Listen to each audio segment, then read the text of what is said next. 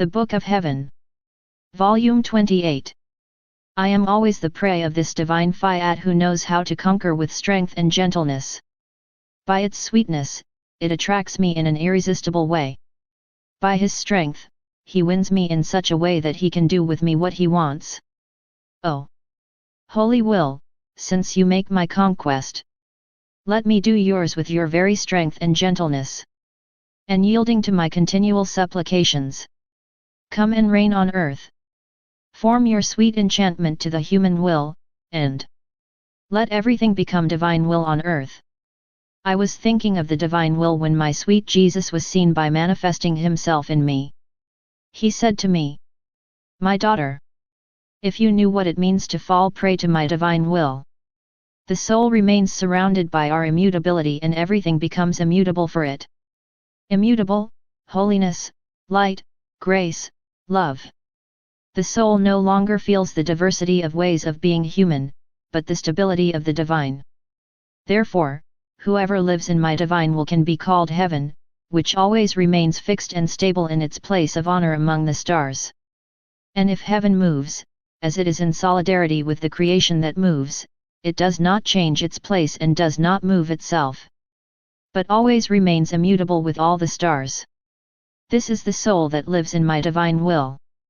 It can move and perform different actions.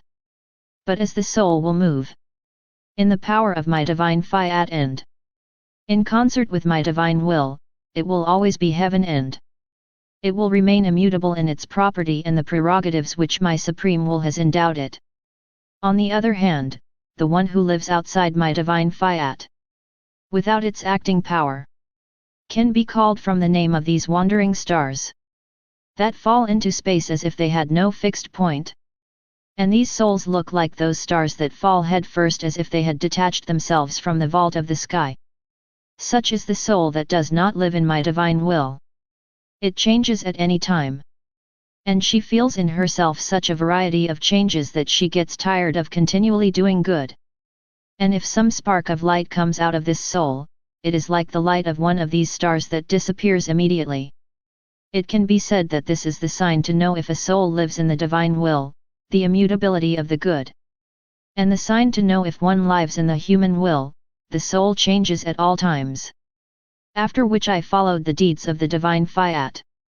I made my rounds in the works of creation, in Eden, in the highest points and the most eminent persons in the history of the world, to ask for the kingdom of the divine will on earth on behalf of all. My sweet Jesus manifested himself in me. He said to me, "My daughter, withdrawing from my divine will, man gave death to the benefits that my divine Fiat would have brought to him if my Fiat had not been rejected. When man came out of my divine will, the continuous act of divine life died in man. Holiness, which is always growing, died. The beauty that never ceases in order to make ever more beautiful, also died, as well as the inexhaustible love that never says it's enough, and always wants to give even more, by rejecting my divine will. It is the order that died, with the air and food that would have fed man continuously. So you see how many divine blessings man has caused him to die by his withdrawal from my divine will? Now where there has been death of the good, it takes the sacrifice of life to revive this good. That's why, when I wanted renew the world and give good to creatures, I asked with justice and wisdom for the sacrifice of life. As I asked Abraham to sacrifice to me his only son, which he did. And I was the one who stopped him. In this sacrifice that cost Abraham more than his own life, arose the new generation from which the divine liberator and redeemer was to descend, which would revive the good in the creature. As time passed, I allowed Jacob the sacrifice and great sorrow of the death of his beloved son, Joseph. Even if Joseph had not died, it was actually for Jacob. This was the new call that arose again in this sacrifice. The heavenly liberator asked for the rebirth of the lost good. It was also the same for my coming to earth. I wanted to die. With the sacrifice of my death, I called the rebirth of all these lives and the good that the creature had caused to die. And I wanted to be resurrected to confirm the life of good and the resurrection of the human family. What a great offense to make the good die! So great that the sacrifice of other lives is necessary to revive it. But with my redemption and the sacrifice of my death, as the divine will did not reign in the creature, all the good was not resurrected in the creature. My divine will is repressed and she cannot develop the holiness she wants. The good suffers intermittently. Sometimes he lives again, sometimes he dies. And my fiat stays with the continual suffering. Not to be able to revive in the creature all the good he would like. That is why I remained in the little sacramental host from heaven, but remained on earth among the creatures. In order to be born, to live and to die, albeit mystically, so that all good may be reborn in creatures. This good that man had rejected by withdrawing from my divine will, and united to my sacrifice. I have asked for the sacrifice of your life so that the kingdom of my divine will may be reborn among human generations. And in every tabernacle, I am awakened to accomplish the work of the redemption and the fiat voluntas tua sicut in saeloet in terra, satisfying me with my own sacrifice and death in each host in order to make me rise again, the son of my divine fiat, and the new era of his complete triumph. As I left the earth, I said, I go to heaven and I remain on earth in the sacrament. I will just wait for centuries. I know it will cost me a lot. I will not miss the incredible offenses, perhaps even more than during my passion. But I will arm myself with divine patience. And from this little host, I will do the work. I will make my will reign in hearts, and I will continue to stay among the creatures to enjoy the fruits of all the sacrifices I have suffered. Therefore, be united with me in sacrifice for such a holy cause and for the just triumph of my will that will reign and dominate. I was thinking of the great desire that my ever-kind Jesus had to make known his holy divine will. I thought to myself, he loves, sighs, and desires his kingdom to come. And yet, he is so slow to make him rise among the creatures. If he wanted to, he could do anything. It is not the power that it lacks. It could in a single moment transform heaven and earth. Who can resist its power? No one. Moreover, in Jesus, wanting, something, and power, something, is one and the same. So why the delay? I was thinking about this when my sweet Jesus manifested himself in me, and he said to me, my daughter, to wait, desire and want a good is to be ready to receive it. When someone receives a good that he has long waited, he loves this good, appreciates it, takes care of it and welcomes the bearer of this good that he had been waiting for a long time. Moreover, this is another excess of our love. That the creature longs for the good that we desire to give him because we want the creature to put his own into it. At least by his sighs, his prayers and his will to want this good, so that we can say, see, you deserved it because on your side, you did what you could to get it. In reality, everything is an effect of our goodness. That's why we start by making known what we want to give to creatures. We can say that we send him correspondence, love letters. Thus, we send our messengers who say what we want to give. And all this to arrange the creatures, to make them desire this great gift that we want to give them. Isn't that what we have done for the kingdom of redemption? There has been 4,000 years of waiting. The closer the time approached, the more urgent the missives became and the more frequent the letters. And all this to dispose of them well.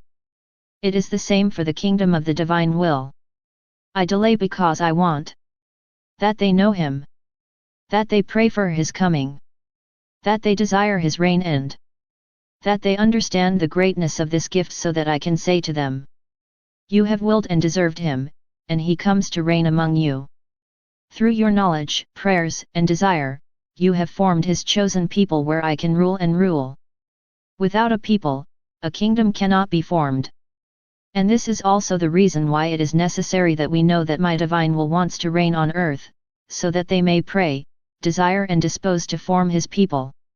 Where my divine will can descend among them and form his royal palace, his seat, his throne. Therefore, do not be surprised to see so much interest on my part in wanting the reign of my will, and delaying it. These are the dispositions of our unattainable wisdom that arranges everything in order. The delay serves to give flight to his acquaintances who will be like letters, telegrams, and phone calls, as well as messengers who form the people of my divine will. So pray, and let your flight be continual. After which I continued my round in the divine Fiat. Arrived in Eden, I lingered to think. To the exchange of love between God and innocent Adam. How the divinity, finding no obstacle on the part of man, poured torrents of it on him. With her love, the divinity delighted man by making him hear a sweet voice that said to him, "Son, I love you so much." And Adam, wounded and delighted by this eternal love, repeated in turn, I love you, I love you." And throwing himself into the arms of his Creator, Adam hugged himself so tightly that he did not know how to detach himself from it because his Creator was the only love he knew. And to love him was his only reason for living. My spirit was lost in this exchange of love between God and the creature when my sweet Jesus, all goodness, said to me, "My daughter, what a sweet memory that the creation of man." He was happy, and so were we. We tasted the fruit of the happiness of our work. We had so much fun loving him and being loved by him. Our divine will kept him young and beautiful. And by bringing it into its arms of light, our will made us contemplate how beautiful the work we had created, our dear Son, was. He was like a son in our house, in our infinite possessions. And since he was our son, he was also the owner. It would have been against the nature of our love not to make our son an owner. He whom we loved so much and who loved us. In true love, we do not say this is mine and this is yours, but everything is shared. And having made it owner did not cause us any trouble. On the contrary, we were pleased. He made us smile, he amused us. And he gave us the wonderful surprises of our own possessions. Moreover, how could he not be the owner if he possessed our divine will, who reigns supreme over all things? By not making him an owner, we should have enslaved our will, which was impossible.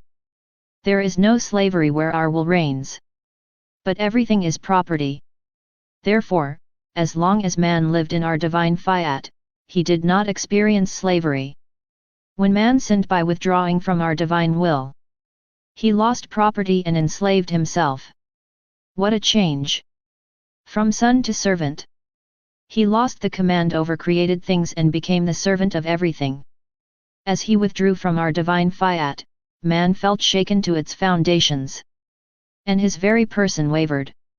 He knew what weakness was and felt that he was the servant of his passions, which made him feel a sense of shame. He came to the point of losing his empire. Strength, light, grace, and peace were no longer in his power as before. He had to implore them from his Creator with tears and prayers. Are you now what it means to live in my divine will? It's being an owner. Whoever does his own will is a servant.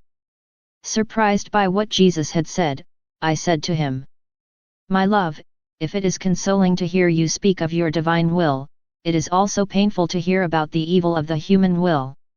Jesus added, "My daughter, if it is necessary to tell you about my divine Fiat which will serve as an invitation, attraction, and tender, gentle and strong voices to invite you all to live in the royal palace of my divine will in order to no longer be servants, but owners. It is also necessary to speak to you of the evil of the human will, for I will never take away from man his free will. Therefore, in the kingdom of my divine will, it is necessary that I create the royal mounted guard, those noble sentinels who make creatures attentive by making them aware of the great evil of the human will so that they may be attentive. Thus, abhorring the human will, creatures love the happiness and property that my divine will gives them. I still live in the suffering of the deprivation of my sweet Jesus. What a harsh martyrdom! Without his holy will who takes the place of Jesus and makes me continually feel that when his will gives me life, he keeps me continually occupied and lost in him, I would not know how to live. But with all this, and with all the dear memories of Jesus, I thought I could never lose sight of him. His gentle and repeated visits, all his love ploys, all his surprises that made me feel more in heaven than on earth, and even the simple memory of Jesus are cruel wounds that aggravate my painful martyrdom. Ah! Jesus, Jesus! How easy it is for you to set aside and forget the one who loves you and whose martyrdom you constitute. You have often told me yourself that you love me. Ah! Jesus, come back! I can't take it anymore.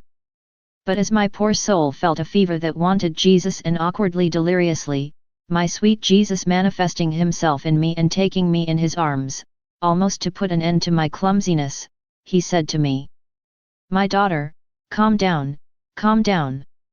I am here. I have not set you aside, and the nature of my love cannot forget anyone. On the contrary, I am in you to conduct all your acts in my divine will, because I do not want any of your acts, even the smallest, to be noble and divine and bear the seal of my divine Fiat. I want to see my Fiat pulsating in all your actions. Here's my full attention. To form the first copy of the soul that must live in my divine will." He said this and then kept silent. I continued my round in the divine Fiat. I wanted to gather all that the creatures had done to enclose everything in the divine will. "My greatest good, Jesus," added. "My daughter, life in my divine will is the call of all the acts of creatures to the unity of my will. All have come out of the unity of our will, of our one act that gives life to all acts, and it is justice that all come back to us to recognize where they came from." Recognition. The origin of an act.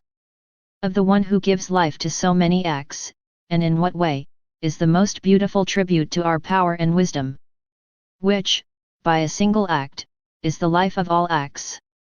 Only the creature that lives in my Fiat, embracing everything in him, picking up just like in a single handful and enclosing everything in this will in which it lives, manages in our unity to bring us all things, and pays us the true tributes of all the effects of our single act. That is why the rounds in our divine will not only bring everything together, but also communicate his act to all things created, so that the whole heaven stops to worship with your adorations, the sun to love us with your love, and the wind to glorify with you. In short, all created things are invested by my will. When they feel the act you perform in my will, they stop to worship us and give us glory and thanksgiving, so that we feel that in our divine Fiat, the creature gives us the fullness of love, the totality of worship and complete glory. Therefore, continue your flight into my divine will and do not worry about anything else. For you have a lot to do. Then I continued to think about the unity of the divine will, and my sweet Jesus added, "My daughter, do you know what unity of divine will means? This means that all that is beautiful, good, and holy comes from within this one will. In this one divine will that is ours. One is its unit. One is his act. But while being one, will, unity and deed extend everywhere. Thus, whoever lives in our divine will merges into our unity. All that he does not come out of us, but dwells in us. On the other hand, for anyone who lives outside of our divine will, we feel the pain of his actions torn from our will. And as this soul removes these acts, it does not return them because its will is not one with our divine will. Therefore, the big difference for the soul that lives outside of our Fiat is that all its actions are divided and broken, not merged together. Thus, this soul will not have the pleasure of feeling in it the fullness of light, of happiness, or all property. But all will be misery, weakness, and lack of light. My abandonment in the Fiat continues. I feel tied in his arms of light, so tight that I am unable to make the slightest movement, and I do not want to leave. I will avoid moving away from her breast of light. It seems to me that there is an agreement between the divine will and me, and that we are both unable to separate from each other. O holy will, how kind and powerful you are! You attract me, you delight me, and you enchant me with your amenity. And I, enchanted, do not know how not to fix myself in you. But by your power, you firmly dominate my smallness.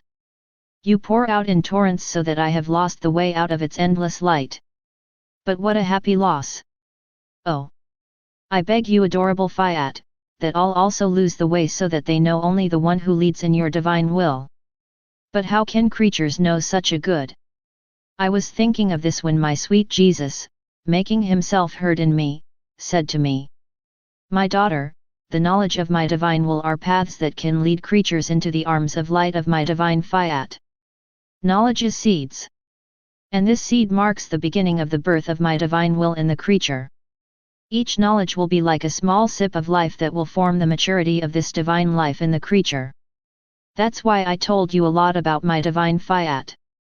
Each knowledge will bring something that will mature the life of my will in souls. One will bring the seed. Another birth, food, air, light, and yet another the heat.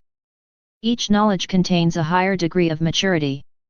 Therefore, the more the creatures seek to know what I have manifested on my divine Fiat, the more they will feel matured. My knowledge of my divine Fiat will shape souls and extinguish the fires of human will by touching them. This knowledge will be like a mother of mercy who, at any cost, wants to heal your child and see him beautiful and healthy. If you knew what it means to know my divine will. This knowledge contains the science of forming the life of my divine will to form the people of his kingdom. Even in the natural world it happens that way. Anyone who wants to teach must know what concerns science.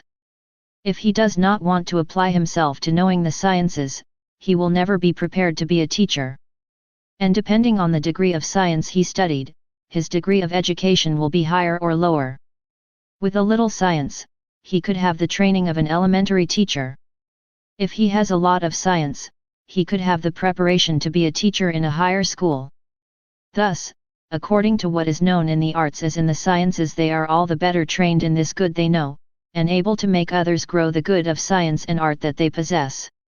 But if I gave you so much knowledge about my divine will, it was not to teach you wonderful news, no, no. It was to form the science in you first, and then among the creatures, so that this science which is divine and all of heaven would be known, that it could make the life of my divine Fiat grow and form his kingdom. After which I continued my round in the divine will, dwelling here and there on what my beloved Jesus had done and suffered. He was hurt by the very acts I placed around him, and by what I told him, my love, my I love you runs in yours. See, Jesus, how much you loved us. And yet, one thing remains to be done. You didn't do everything. It remains for you to give us the great gift of your divine Fiat as life among creatures so that he may reign and form his people. Soon, O Jesus! What are you waiting for? Your very works and sufferings demand it, thy will be done on earth as in heaven. I was thinking this when my Jesus manifested himself outside of me and said to me, "My daughter, when a soul remembers what I have done and suffered in my life here on earth, I feel my love reborn. My love expands and overflows, and the sea of my love forms the highest waves to pour doubly on creatures. If you knew with what love I await you when you make your rounds in my divine will and in each of my acts, because in him all that I have done and suffered is in action as if I was really doing it at this moment. And with all my love, I am waiting for you to say to you, see, my daughter, I did this for you, I suffered this for you. Come and recognize the properties of your Jesus, which are also yours.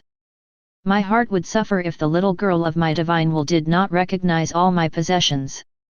To hide our possessions from the one who lives in my divine Fiat would be not to consider her as a girl, or not to have full confidence in her, which can never be because our will identifies her so well with us that what is ours is hers. It would therefore be a suffering for us and we would be in the condition of a wealthy father who owns many properties and whose children do not know that their father owns so much property. Therefore, not knowing these goods, these children are used to living in poverty and in a rustic way, nor would they dress in a noble way. Wouldn't this be a suffering for the father who has goods hidden from his children? But by making them known, their ways of life would change. And they would dress and behave nobly according to their condition. It would be a pain for an earthly father and even more so for your Jesus, who is the heavenly Father. By letting you know what I have done and suffered, and all the goods that my divine will possesses, my love grows towards you and your love increases more and more. And my heart rejoices to see our little girl rich in all our possessions. Therefore, your rounds in my divine will are an outlet for my love, and they dispose me to make new things known to you and to you. Give a little more lesson about everything that concerns us, and they will prepare you to listen and receive our gifts. My flight into the divine Fiat continues. My poor mind is unable not to go around his innumerable deeds. I feel that a supreme force keeps my mind fixed on the works of my Creator, and it turns and turns without ever getting tired. And, oh, how many beautiful surprises he discovers! Sometimes in creation, sometimes in the redemption of which Jesus himself is the narrator, and where, when something surprises me, it is nothing but a greater invention of his love. As I made my rounds in Eden and in the times before he came to earth, I thought to myself, why did Jesus wait so long before he came to redeem mankind? Manifesting himself in me, he said to me, my daughter, when our infinite wisdom is to give good to creatures, it does not calculate time, but the deeds of creatures, for days and years do not exist before the divinity, only a unique and eternal day. Therefore, we do not measure time, but we count the acts performed by creatures. Thus, in the time that seems so long to you, the acts we wanted to come and redeem man had not been accomplished. Only deeds determine what brings good, not time. Moreover, deeds compel our righteousness to eliminate creatures from the face of the earth, as happened in the flood, from which only Noah deserved to be saved with his family by obeying our will and by his long-term sacrifice in building the ark. By his actions, he deserved the continuation of the new generation in which the promised Messiah was to come. A long-term and continual sacrifice possesses such a power of attraction and delight over the Supreme Being that it determines him to give great goods and a continuation of life to humanity. If Noah had not obeyed us and sacrificed himself to do a long job, he would have been overthrown by the storm of the flood. And not having saved himself, the world and the new generation would have come to an end. Do you see what a long and continual sacrifice means? It is so large that it saves and makes you stand up. A new life in others, as well as the good we have established to give. That is why, for the kingdom of my divine will, I wanted your long and continual sacrifice of so many years in bed. Your long sacrifice puts you in safety, better than in the ark, in the kingdom of my divine will, and inclines my goodness to give such a great good to make it reign among the creatures. After which I continued my round in the divine Fiat to bring all the acts of the creatures in homage to my Creator, and I said to myself, if I'm capable to gather all that they have done and to enclose everything in the divine will, won't acts be changed into acts of the divine will? And my sweet Jesus added, my daughter, each of the creatures' acts has its seed according to how it was performed. If it was not made in my divine Fiat, it does not have the seed of my Fiat. Therefore, it will never be an act of my will. Because in doing so, he lacked the seed of light of my will, which has the virtue of changing the act into a son. Since the seed of light of the divine Fiat is the first act in the act of the creature. In the acts of creatures, this happens in the following ways. If a person has a flower seed and plants it, he will have flowers. If she plants a fruit seed, she will have fruit. The seed of flowers will not give fruit, and that of the fruits will not give flowers, but each will give according to the nature of the seed. These are the acts of creatures. If there were a good purpose in the act, a holy reason to please and love me, we will see, in an act the seed of goodness. And in the other, that of holiness, the seed to please me, the seed to love me. These seeds are not light, but specify which will be the flower, the fruit, a small plant, and which a precious jewel. And I feel the homage of the flower, the fruit, etc., but not the tribute that a son can give me. Not gathering all these acts to enclose them in my Fiat, these acts remain what they are, each with the nature that the seed has given him. And we see that these are acts of the creature and not acts that my divine will can perform with its seed of light in each of them. The seed of divine will is not granted to the act. If the creature does not live in the divine will, and if the creature does not give the place of honor to the divine will in his actions. I made my round in the divine Fiat in order to follow all his actions. Arriving in Eden, I understood and admired God's magnificent act and his overflowing and exuberant love of man's creation. And unable to contain his flames, my kind Jesus said to me, "My daughter, our love fell so much in love with the act when we created man that we did nothing but reflect on him, so that it was a work worthy of our creative hands. And as our reflections rained down on him, it happened that the intelligence, sight, hearing, speech, heartbeat, hand movements, and footsteps of the feet were infused into man. Our divine being is very pure spirit, therefore, we do not have the senses. In the totality of our divine being, we are a very pure and inaccessible light. This light is eye, hearing, speech, work, and not. This light does everything, sees everything, hears everything, and is everywhere. No one can escape the empire of our light. Therefore, when we created man, our love was such that our light formed him by bringing on him our reflections. And by forming him, our light brought him the effects of God's reflections. Do you see, my daughter, with what love man was created? Our divine being has gone so far as to dissolve into reflections on him in order to communicate to him our image and our likeness. Could we have given him greater love? And yet, man uses our reflections to offend us when he should have used them to come to us and, with the reflections we have given him, to tell us, "With what beauty your love has created me, and, in exchange, I love you, I will always love you, and I want to live in the light of your divine will." After which I continued to follow the deeds in the divine Fiat, and I said to myself, I continually repeat the long history of my acts of the divine will. The long monotonous song of my I love you. But what are their effects? Oh! If I could get the divine will to be known and reign on earth, at least for me, my actions, would be worth it. But I thought so when my beloved Jesus held me very tightly against his heart.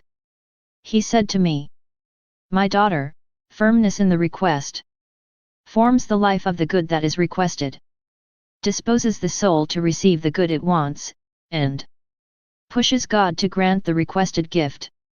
Even more, by repeating all his actions and prayers, the soul has formed in it the life, the practice, and the habit of the good that it demands. God, won over by the firmness of the request, will give it to the soul. By virtue of repeated acts, the creature receives from God the life of the gift. The requested property will be converted into a kind. Thus the creature will feel owner and victorious, she feeling transformed in the gift she has received. Thus, your incessant request for the kingdom of my divine will forms his life in you. Your continual I love you form the life of my love in you. Since I have given you both, you feel as if your very nature feels nothing but the life-giving virtue of my will and love. Firmness in the request is the assurance that the gift is yours. And the request for all of the kingdom of my divine will is the prelude to the fact that others may receive the great gift of my supreme Fiat. Therefore, keep repeating your actions and don't get tired of them. My poor intelligence feels compelled to cross the immense sea of the divine Fiat and seek his deeds in his sea of love to worship him and keep him company. My poor mind is thus under the influence of an irresistible force that always makes him wander in search of the acts of the supreme will. But as I did that, I thought to myself, what good do I do by traveling the sea of the divine Fiat again and again?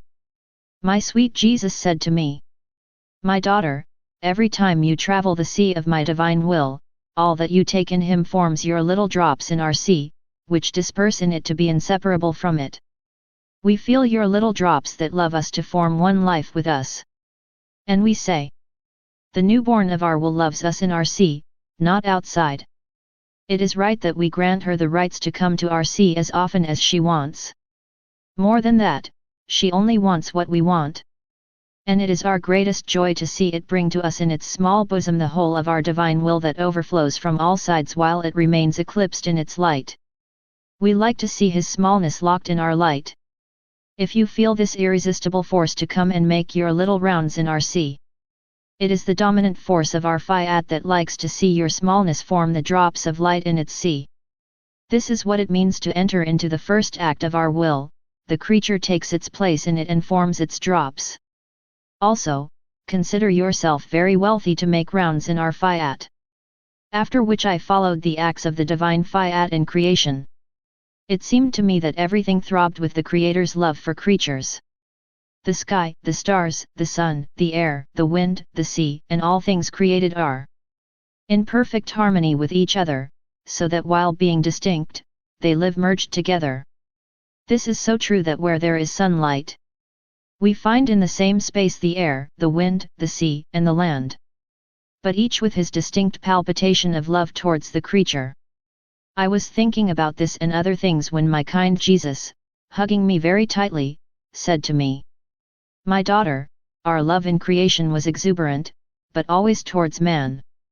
In everything created, we have put as many acts of love as the creature must make use of this created thing.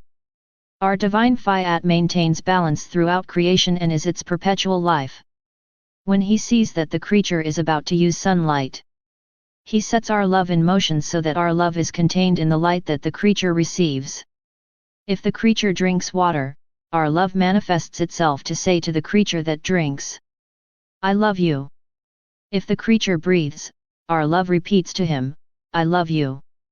If she walks on earth, our love says under her footsteps, 'I love you.'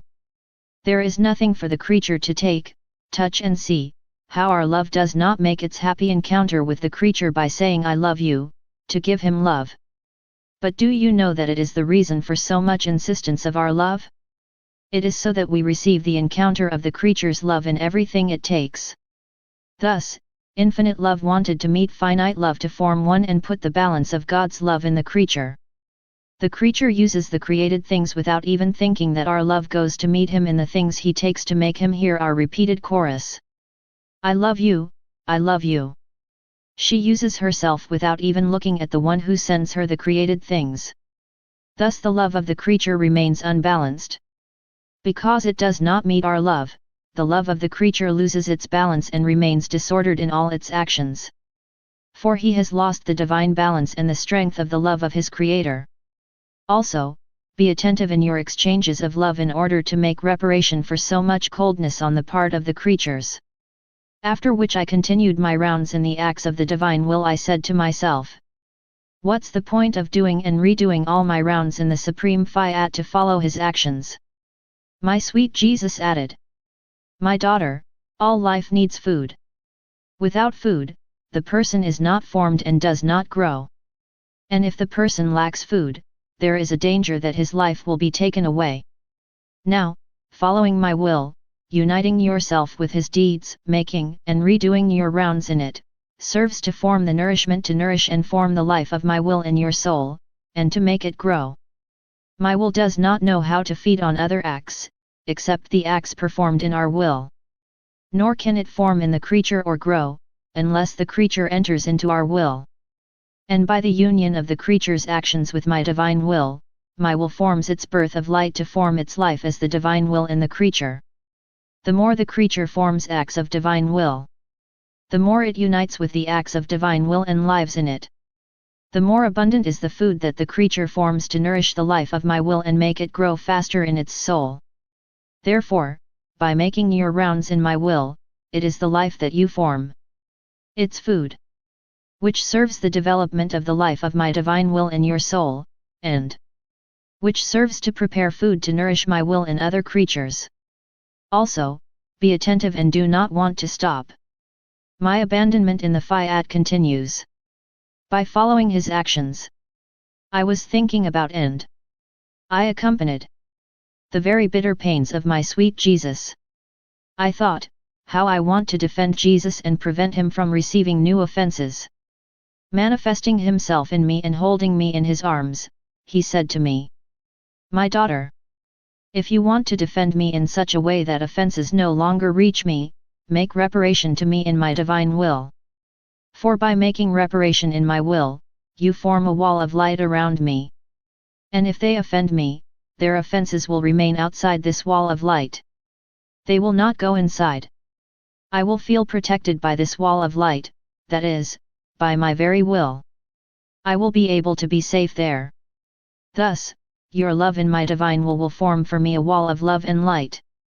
Your worship and reparations will form for me a wall of light, worship, and reparations so that the refusals of love and the acts of contempt of the creatures will not reach me, but will remain outside these walls. And if I feel them, it will be like at a distance. Because my daughter surrounded me with the impassable wall of my divine will. My daughter. Love, reparations, and prayers outside of my fiat are barely small drops. On the other hand, in my divine will, the same things and the same acts are seas, very high walls and endless rivers. My will is immense, and it makes the deeds of the creature immense. After which I followed the fiat in creation, and my mind was lost in understanding fiat's continued act towards creatures through things created directly. Directly, the continuous act of the supreme fiat brings us into its arms to be our movement, our breathing, our palpitation, and our life. Oh! If creatures could see what this divine will does for us! Oh! As they would like it and let themselves be dominated by it. But alas, then! That we are inseparable from the divine will. That everything comes to us through her end. That she is more than our very life, she is not recognized. We do not look at her end. We live as if we were far from her. As I made my rounds in creation, manifesting myself outside of me, my beloved Jesus said to me, "My daughter, all created things say love. But the sun, with its light and warmth, has supremacy over all things, and it is the sower of my love. As soon as it rises, the sun begins its sowing of love. The light and warmth of the sun cover the earth, passing from flower to flower, by a simple touch of light. It sows the diversity of colors and perfumes. He pours out the seeds of love, of the different divine qualities and of his perfumes of love. Passing from plant to plant, from tree to tree with his kiss of light, he pours out the seed of sweetness of divine love upon one. The diversity of our divine likenesses to others, and the substance of divine love over others. In short, there is no plant, flower, or blade of grass who does not receive the seed of our love that the sun brings him, and radiating all the earth, the mountains, and the sea with its light. The sun sows everywhere the love of the eternal light of its Creator. But do you know the reason for these continual and uninterrupted sowing of our love that the sun makes on the face of the earth and in so many ways? Is it perhaps for the earth? For plants? Ah! No. Everything is for the creatures. Oh! Yes. For their love, and to have an exchange of love with them. And, oh! How hurt and bitter we are when we see that creatures use flowers, fruits, and other things without recognizing that in everything they take, there is the seed of our love, that we have poured out on everything created through the sun. And for so much love, we are denied an "I love you." After which, he fell silent. Jesus' suffering was so great that I remained afflicted by it. I continued my deeds in the divine fiat, and Jesus added, "My daughter, though the sun is a tireless sower of our love on earth, when it retreats to form the day in other regions, the evening seems to bring peace to the earth, by giving it the possibility to produce or not to produce the seed that the sun has planted, by reserving for itself a new assault of the seed of love. On the other hand, the sun of my divine will never leaves the soul, reflecting its light on the soul. More than the sun, my will is a divine sower in the soul, and it forms its sun in the creature with its reflections. Therefore, for those who live in my divine will, there are no nights, no sunset, by sunrise, no dawn, but always in broad daylight. Because the light of my divine will is given to the creature to be his own nature. And what is given to the soul as its own nature remains its property. Even more, the sun of my divine will possesses the source of light. It can form as many suns as it wants. In addition, even if the soul that lives in my will has its own sun of the divine will, who never withdraws, the sun of my fiat always has a new light and warmth to give, a new softness, new similarities, a new beauty. And the soul always has something to take. There are no pauses as with the sun, which is under the vault of the heavens, because not possessing the source of light, the sun cannot form as many suns as towers of the earth around it. But for the sun of my divine will, which possesses the source, its light always shines. And by continually calling the creature to work with him, the sun of my divine will always gives the creature its new and interrupted act. My poor soul feels the irresistible need to cross the endless sea of the supreme Fiat. More than by a powerful magnet, I feel drawn to my sweet stay in the dear inheritance given to me by my dear Jesus, who is his adorable will. It seems to me that Jesus is waiting for me to give me his admirable lessons, sometimes on an act performed by his divine Fiat, sometimes on another. My mind then got lost in the round of endless acts of his divine Fiat. And when I arrived in dear Eden, where everything was celebrated, my dear Jesus said to me, stopping me, "My daughter, if only you knew with how much love man's creation was formed. To his memory alone, our love rises and forms new floods. Our love rejoices at the memory of our work beautiful, perfect, and realized with an art of such mastery that no one can form a similar one. The man was so handsome that he came to awaken jealousy in our love, that everything of man be for us. Moreover, man was made by us. He was ours. To be jealous of him was a right of our love. This is so true that our love came to the point where all the first acts performed in Adam were the work of his Creator, the first palpitation, the first thought, the first word. In short, everything he could have done next contained our first acts that we had performed in him. And Adam's actions followed our first acts. So when he loved, his love came from within our first act of love. If he thought, his thought came from our first thought, and so on. If we hadn't done the first things in him, he wouldn't have been able to do anything, or know how to do anything. On the other hand, with the supreme act making its first acts, we have put in Adam as many small fountains as first acts performed in him. Whenever he wanted to repeat our first acts, he had these little fountains at his disposal. And so many diverse sources of love, thoughts, words, works and steps. Therefore, everything belonged to us, inside and outside man. And our jealousy wasn't just a right. It was as justice as everything had to be for us and for us. In addition, we gave him our divine will to keep him beautiful, new, and to make him grow with divine beauty. Our love was not happy or satisfied to have given him so much, but wanted to continue to give him forever. He didn't know how to say, enough is enough. Our love wanted to continue his work of love. And to have him with him and take care of him, our love gave him our own will that would make him able to always receive and keep him always with us, in one will. With my will, everything was guaranteed and safe, for him as for us. Man was to be our pleasure, our joy and happiness, and the object of our conversation. Thus, in the memory of man's creation, our love is in celebration. Seeing it without the guarantee of our Fiat, without security, and therefore faltering, disfigured and far from us, our love is sad. He feels all the weight of our infinite love as locked in himself because he cannot give himself to man. Because he does not find it in our divine will. But that's not all. It wasn't just on Adam that our love was pouring out. To the point of coming to do all the first acts from which all human acts were to have life. But every creature that was to come into being was present in man's act of creation. And our Fiat, united with our love, ran and embraced them all, loving each with a unique love, and our love placed the primacy of our actions in every creature that would come into the world, because for us there is no past or future and everything is present and in action. If this were not the case, our Fiat would be restricted and blocked, unable to extend his flames to the point of enclosing all the creatures in his light in order to do in each one what he does in one. So it wasn't just Adam who had the happiness of creation. All other creatures were enriched with all goods and, in him, owners of those same goods.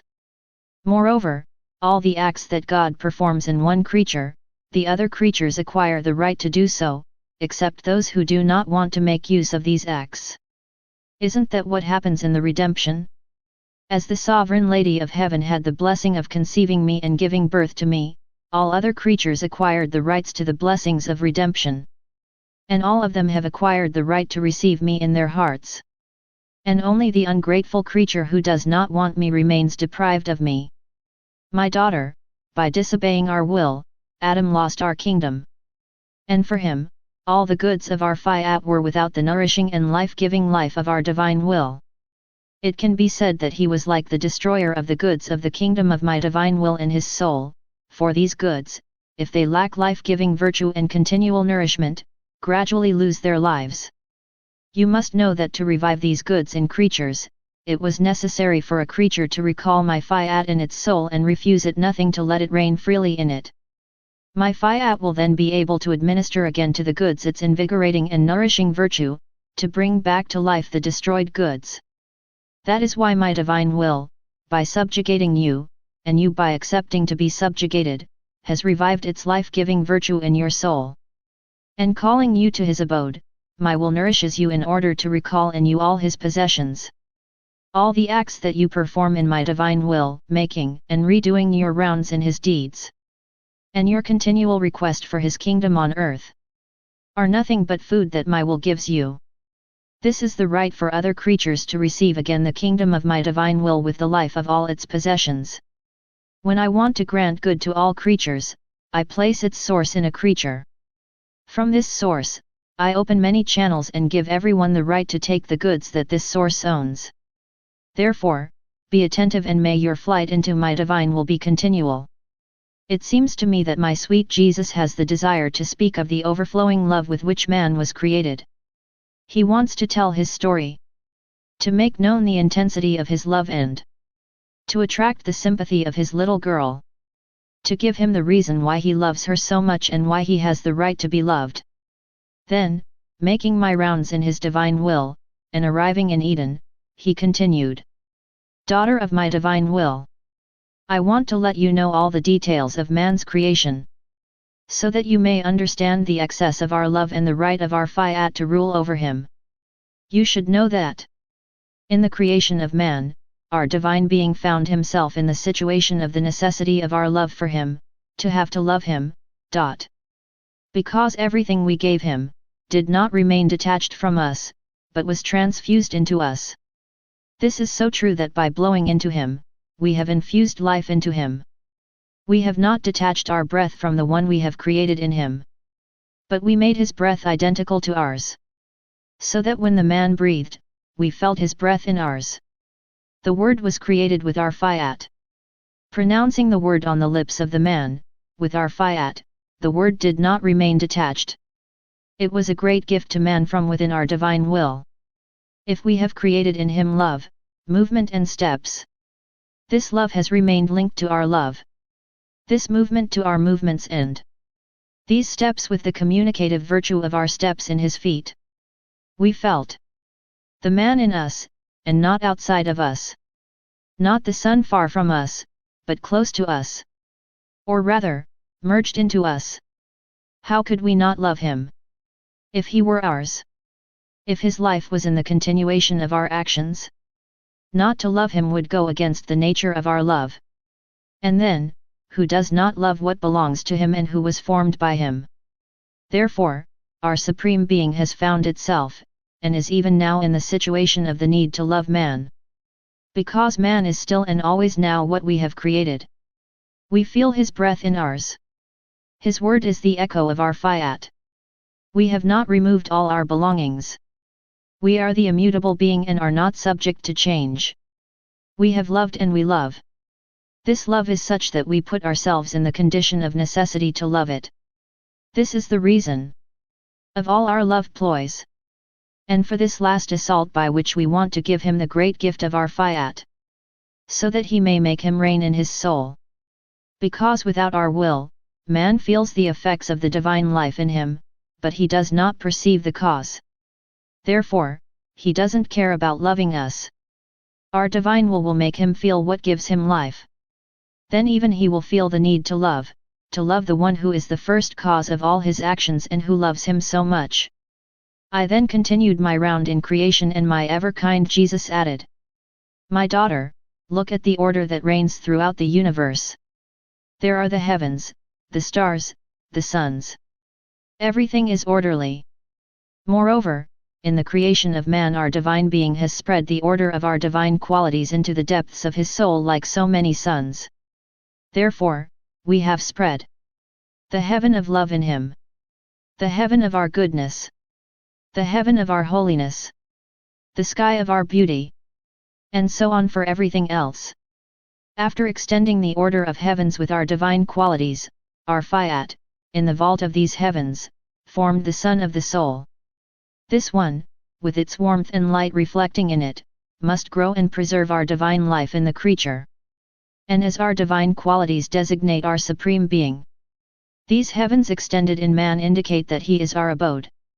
Who will be able to say how and with what love we created man? Oh! If man knew who he was and what he possessed! Oh! How much more he would esteem himself!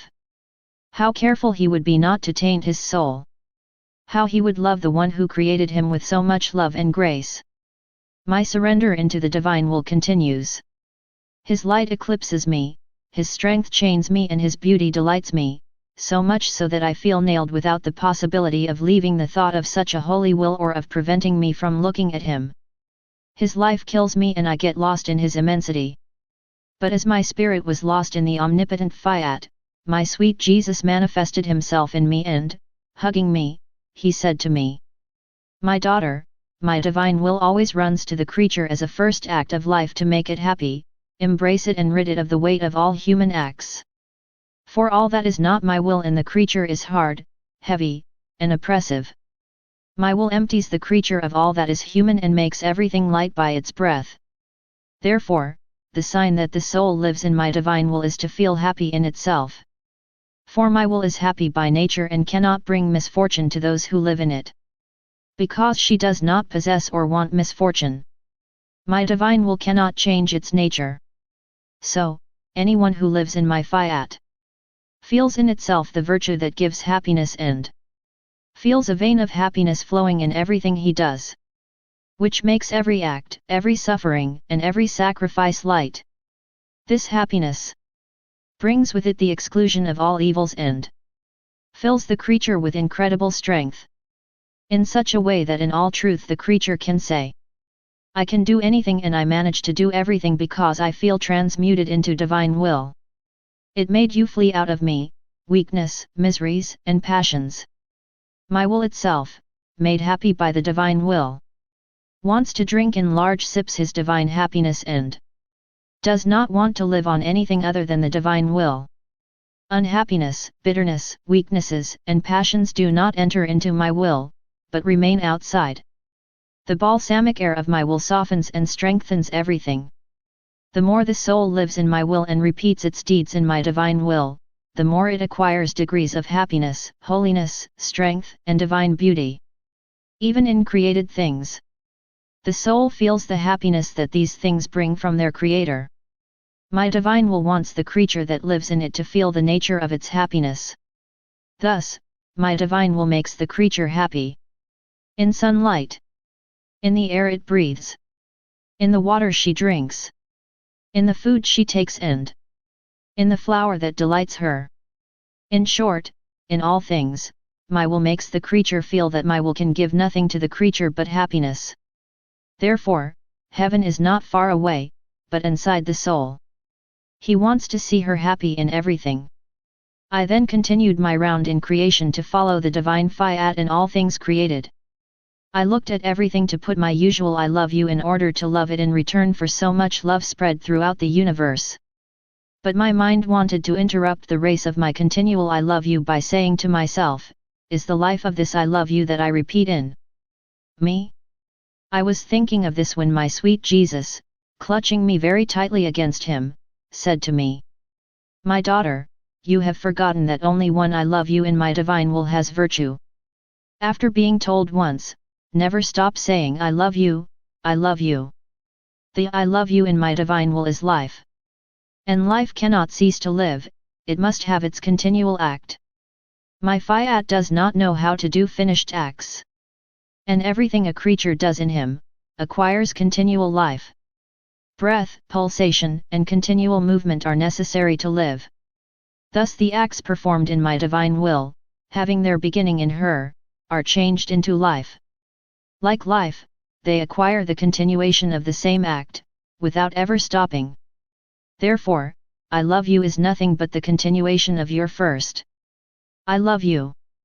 Being life, your first I love you wants to be nurtured to grow. He wants the breath, the pulsation, and the movement of life. And as you repeat your I love you, your first I love you feels pulsation, breath, and movement, and grows in the fullness of love. And, repeating your I love you, it serves to multiply as many lives of love as I love you that you have pronounced. Therefore, one I love you insistently calls and reminds the other I love you. That is why you feel a need for love to follow the course of your I love you. A true good never remains isolated, even less so in my divine will. It is life without beginning or end. All that is done in her is not subject to an end or an interruption. Therefore, an I love you serves to remind life of another I love you and keep it alive. The I love you are steps of life of love that the creature made in my will. Also, don't stop. Continue the race of your I love you for the one who loves you so much. My little soul continues its course in the works created by the divine will. I looked at creation to unite with the tributes that created things pay to my Creator. I saw that everything was happiness in them. Heaven was happy in its extension. He seems to say fullness of joy. All his stars are degrees of happiness that the sky possesses. And by raising them to his Creator, heaven glorifies him with the happiness of his extension and all the degrees of the stars he possesses. Oh! How happy the sun is! To rise to the one who created him. To bring him glory and tributes for so much happiness. But while my mind was lost in all these joys that creation possesses, my sweet Jesus said to me, "My daughter, all things created are happy. They are happy because they were created by a divine will that is itself eternally happy. They are happy with the position they hold. Happy in the space where they are. Happy because they glorify their Creator. Nothing we have created has been created unfortunately. Everything has the fullness of happiness. Now, if in all creation we have spread so much happiness, in the creation of man we have not simply created him doubly happy by giving him the vein of happiness in the mind, sight, speech, heartbeat, movement, and footsteps. For we have also put in its power happiness itself, multiplying it in every good deed, every good step and every good word, and in everything he would have done. There was no limit to his happiness, as with created things. Man had received the virtue of ever-increasing happiness, but only if he allowed himself to be dominated by my divine will. Without my will, happiness cannot reign. Oh! If the things created could come out of our fiat, they would lose happiness at the moment and become the most unfortunate of works. Therefore, if you want to be happy, let yourself be dominated by my divine will. For he alone has virtue to bring happiness to the creature and to change the most bitter things into the sweetest of nectars. My daughter, you must know that we love the creature of perfect love. Therefore, in creating it, we have put in it the perfection of happiness, love, holiness, and beauty. Thus the creature could compete with us and make us complete, happiness, love, and holiness. Then we would find in her our delights to the point of being able to say, "How beautiful is the work we created!" And to make sure that our gifts do not suffer any damage in the creature, we have entrusted the creature to our divine will.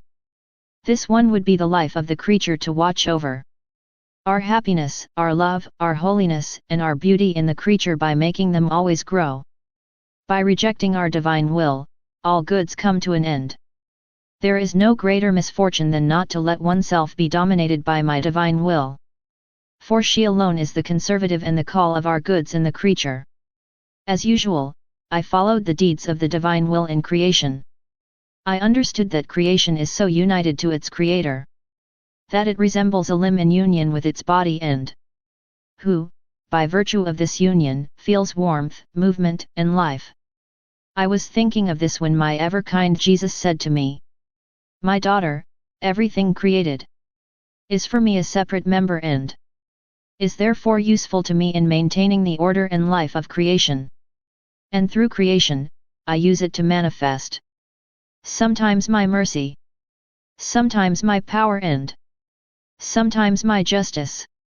My creation is immersed in my divine will. It can have no movement or function if my divine Fiat does not give it movement or the ability to function. Now, like creation, the creature is a member of God. As long as it remains united to God, it participates in all the qualities of God. Just as a limb attached to the body participates blood circulation to the warmth and movement of this body. But who maintains the welding of this union? Who maintains permanently and in full force this member of the creature attached to its creator? My divine will. My divine will is the bond of union, the communication of heat and movement, which makes sensitive in every movement the life of the creator. And more than blood, my divine will sets in motion in this member holiness, strength, love, and goodness, in short, all the qualities of his creator. But if my will is not there, the creature will be a detached member who cannot be in communication with the body. The creature seems united in appearance, but it will be like a paralyzed limb that lives with difficulty, and without movement. And it will be for the divine head an embarrassment and a suffering to have a member without being able to communicate to him the good of his life.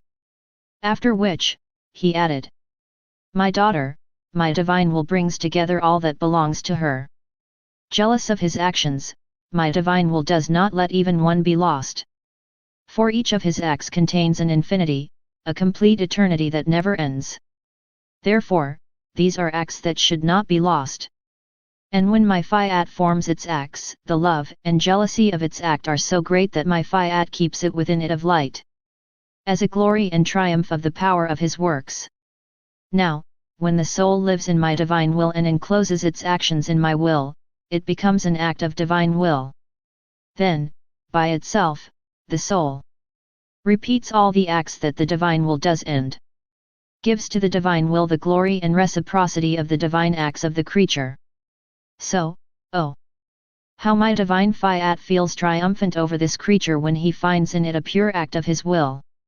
He is the unifier of everything this creature can do. My divine Fiat doesn't even lose a breath, for he sees his will operating in all things. This is enough to make the deeds worthy of my divine Fiat. And he loves the creature so much that he keeps it entirely in its bosom of light to give it the continual life of his will and receive from it its reciprocity. Therefore, my daughter, be attentive to receiving the life of the divine will so that you can say, you give me the life of the divine will, and I give you the life of the divine will. I felt oppressed because of the privations of my sweet Jesus. Oh, God, what suffering! She is merciless, without relief, without support. If we miss Jesus, everything is missing. That is why one feels the lack of the life of the one who gives life. It is a pain that transforms the whole human being into voices that call the one who can give life. It is a suffering of light that reveals with more clarity who Jesus is. But as I was bathed in the harsh suffering of his deprivation, another pain was added that hammered my poor intelligence. They had told me that they doubted my writings, that I had written that Jesus had embraced me, kissed me, and that he had come almost every day. My poor spirit did not resist. And I said, nonsense. You see, my love, what is it like not to be seen and recognized? If you did that, they would be trapped and unable to be without you. They would trap you yourself and you would be unable to be without them. I was tortured by doubts and fears that need not be told. In his compassion for me, and all goodness, my sweet Jesus said to me, my daughter, calm down, calm down. You know that I have never tolerated doubts and fears in you. These are the old rags of human will. Where my divine Fiat reigns, he does not allow these miseries, for he is peace and security by nature, and he renders like the soul who allows himself to be dominated by his light. Therefore, what I want from you is that your breath, your heartbeat, and your whole being are nothing but my will and my love. Love and the divine will together form the greatest offering and the most beautiful tribute that the creature can make to its creator.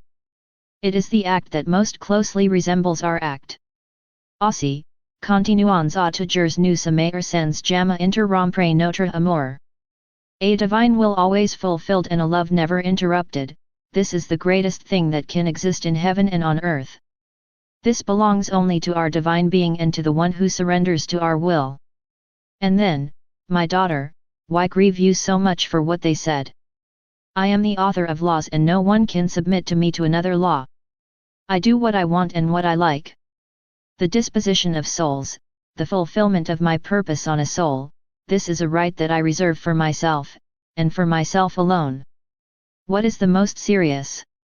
To give myself sacramentally every day, to enter the mouth, to descend into the stomach and perhaps even into souls filled with passions in order to communicate my life. To mix my blood with their blood? Or give a kiss or a hug to the one who loves me and lives only for me. Oh! As it is true that men have short eyesight, that they make small the big things and big the small, only because they are not common to all. Moreover, everything that happened between you and me, the many intimacies, the excesses of my love and my repeated visits, everything was necessary for the gift of my divine will that was to be made known through you. If I hadn't come often, how could I have told you so much about my divine will?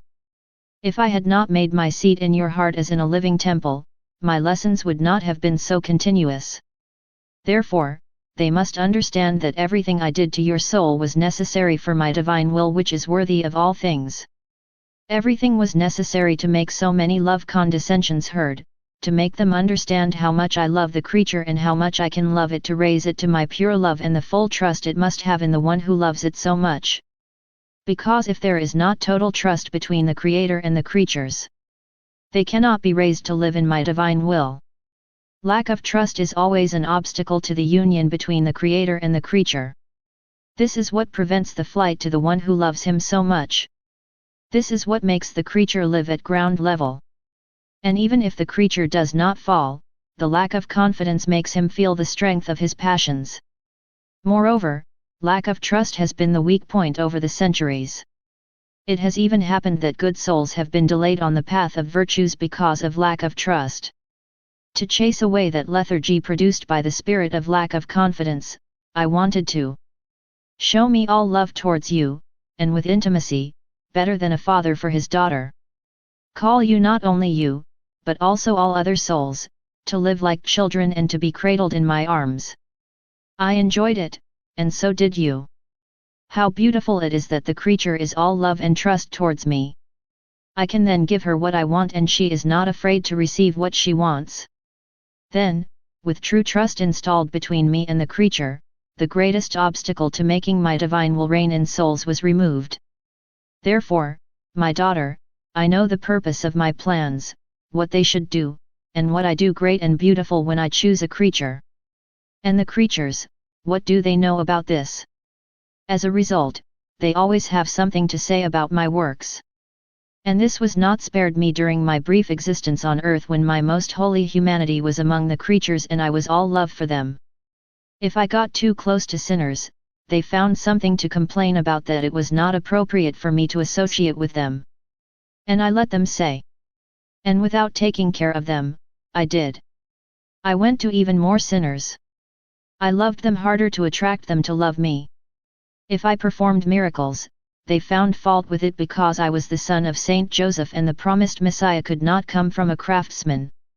And they raised doubts about my divine person to the point of forming clouds around the sun of my humanity. And I didn't make the wind rise to get out of their clouds. I reappeared in a brighter light in their midst, to fulfill the purpose of my coming to earth, which was the redemption. Therefore, don't be surprised that they found something to say about how to behave towards you. Although they have formed clouds around the work I have done with you, I will make the breezes rise to get rid of these clouds. If they love the truth, they will know that my way of acting with you, even if it has not been the same with other souls, was necessary for our love, because it was necessary for our will to make it known and reign. Then he added with an even softer accent, my daughter, these poor souls are not used to walking in the fields of light of my divine will. As a result, it is no wonder that their intelligence has remained blind. But if they get used to looking at the light, they will see clearly that only my love could accomplish so much. And since I so desire that my divine will be known so that it may reign, I wanted to be exuberant in the excess of my love that I contained in my heart. Even more, everything I have done with you can be called a prelude to what I will do to those who allow themselves to be dominated by my fiat. But all those who had something to say about my humanity on earth, and who did not accept to believe in the holiness of my works, remained deprived of the good that I came to offer to all. And they stayed out of my works. It will be the same for those who whisper about what I do and what I say. And if they do not accept, they too will remain private and outside of the good that I wanted to offer to all with so much love. My abandonment in the fiat continues. My poor spirit followed creation to keep company with the deeds performed in it by the divine will, and my sweet Jesus said to me, "My daughter, all created things invite the creature to do the divine will. They have no voice, and they speak. But they speak according to the act that the divine will develops in them. For each created thing unfolds a separate act of the divine will. And with this act, the created thing calls the creature to fulfill the divine will. To this end, every created thing has received from God a special delight to invite the creature, in a mysterious way, to do his divine will. This is how order and harmony surrounds the creature, so that the sun with its light and warmth calls the creature to fulfill the will of its creator. Hidden under the veils of light, my divine fiat, with insistence and without ever tiring, calls the creature to receive his life, so that it may be able to unfold it as he deploys it in the sun. As if he was close to attacking her so that she would listen to him. The sun invests the creature on all sides, on the right, on the left, over its head, and even lies under the feet of the creature to tell him in his language of light. Look at me, listen to me. See how beautiful I am. See what good I do to the earth, because a divine will reigns and dominates over my light. And you, why don't you listen to my touch of light? By receiving the life of the divine will to make him reign in you? The sky speaks to you with the soft twinkling of the stars. The wind speaks to you with its strength, the sea with its murmur and the tumult of its waves. The air speaks to you in your breath and heartbeat. The little flower speaks to you with its perfume. In short, all created things compete with each other to call you to receive my will and make it reign. That heaven and earth may be one act of divine will. Oh! If they wanted to listen! All the voices of creation. Silent voices, but very real and always present, He creatures would let the divine will reign just as it reigns with complete triumph in all that has been created by us. I then continued my round in creation. Arriving in Eden, I was following what God has done in the creation of man. My beloved Jesus then said to me, "My daughter, when you reach the point of man's creation, we feel her and we have before us the moving scene of his creation. Our love grows, overflows and runs to seek man as he was created by us. In his delirium, our love wants embrasser home. Le sera sur notre scène, magnifique et saint tel tu ilest sorti de nos mains créatrices. Etnele trouvant pas, notre amour. Se change en délire de souffrance amoureuse et soupir après celui tu il amatant. Now you must know that our love was such in creating man, that immediately after his creation, we have placed it within our divine borders, and we gave him the human will as a small atom immersed in the immensity of the divine will. Life in the divine will was therefore an innate thing for man because he was a small atom of it. Our divinity says to man, we put at your disposal our divine will, so that the little atom of your human will may feel the need to live in the immensity of the divine will, to grow in his holiness, to beautify oneself in its beauty and to use its light. Seeing himself as small, the man felt happy to live within the borders of our fiat and to live by our divine qualities. And we were delighted to see this little atom of the human will living in our infinite borders, under our care. Under our gaze, man grew in beauty and grace, of such rare beauty capable of delighting us and making us find in him our delights. But man's happiness and our joy at having created him were brief.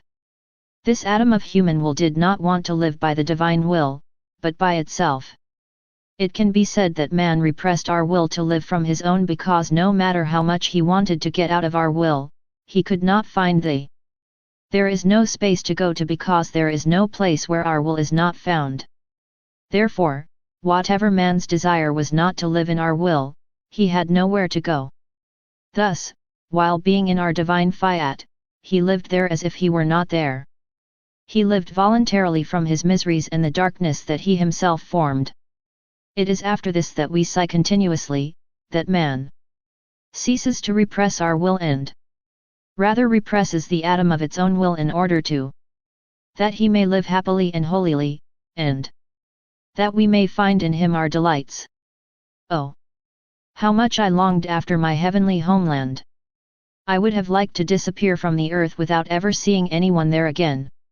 I longed to throw myself into Jesus' arms to tell him, "My love, hug me. Don't let go of me any more. For it is only in your arms that I feel safe and fearless. Jesus, have mercy on me. You know what's going on in my soul. Don't abandon me." I tried with all my strength to abandon myself in the supreme fiat. Taken with compassion for me and being seen, my sweet Jesus said to me with tenderness, "My poor daughter, courage. You know that you are not alone in suffering, but that you have your Jesus suffering with you. I suffer even more than you, because these are things that concern me more than you. These sufferings are so hard that my pierced heart is torn apart. But what should console us is that these are things outside of us. Nothing has changed between me and you. Things are as they were. Human judgments have no power over our intimacy and communications. So they can't hurt us. Therefore, I want your flight in my divine will never to be interrupted. My divine will possesses repetitive virtue. All things created by us and that dwell in our will possess virtue. To repeat the continual act they have received from God in creation, and to give their act to the creatures every day. Every day, the sun gives its light, and the air is continually allowed to breathe. Every day, water is given to man to quench his thirst, wash and refresh him. Et toutes les autres choses cries repetent in la vertu repetitive de monde divin fiat. Etsi certains de ces choses cries pouvaient sortir de monde divin fiat. Elles perdraient immédiatement la vertu de répéter leur acte continuel. Celui-ci, quoi qu'ancien, est toujours nouveau pour les biais des creatures. C'est le signe le plus sûr que les choses cries sont dans ma divine volonté. And here is the sign that the soul lives in her and allows itself to be dominated by her. If his deeds, though old, possess the virtue of always being new and continual. In my divine will, there is no stop. The soul feels the ease and virtue of its continual act. Does the sun interrupt its course by always giving its light? Certainly not. This is the soul that lives in my divine will. She feels all the fullness of the life-giving virtue of divine benefits and the continual act of the divine fiat in her, as if he were converted into her nature. Now, my actions and those of my heavenly mother repeat their continual act just like the created things. Because they are made in the divine will and animated by them, our actions possess repetitive virtue. And better than the sun, our deeds sting the creatures and rain down on their heads all the goods of all our acts which, although ancient, are still new and for the sake of this unfortunate humanity. For they possess the continual act. But despite being spread over their heads all the time, our actions are not taken by creatures. And creatures receive the fruit of our continual deeds only if they recognize them, implore them, and want to receive them. Otherwise, they receive nothing. It's the same with the sun. If the creature does not go outside to enjoy the good of its continual light, the creature does not receive all the good of its light, and it receives it only if it goes out. And if someone else does not open the door, even if the sun clothes the entire earth with its continual act of light, the creature will remain in darkness.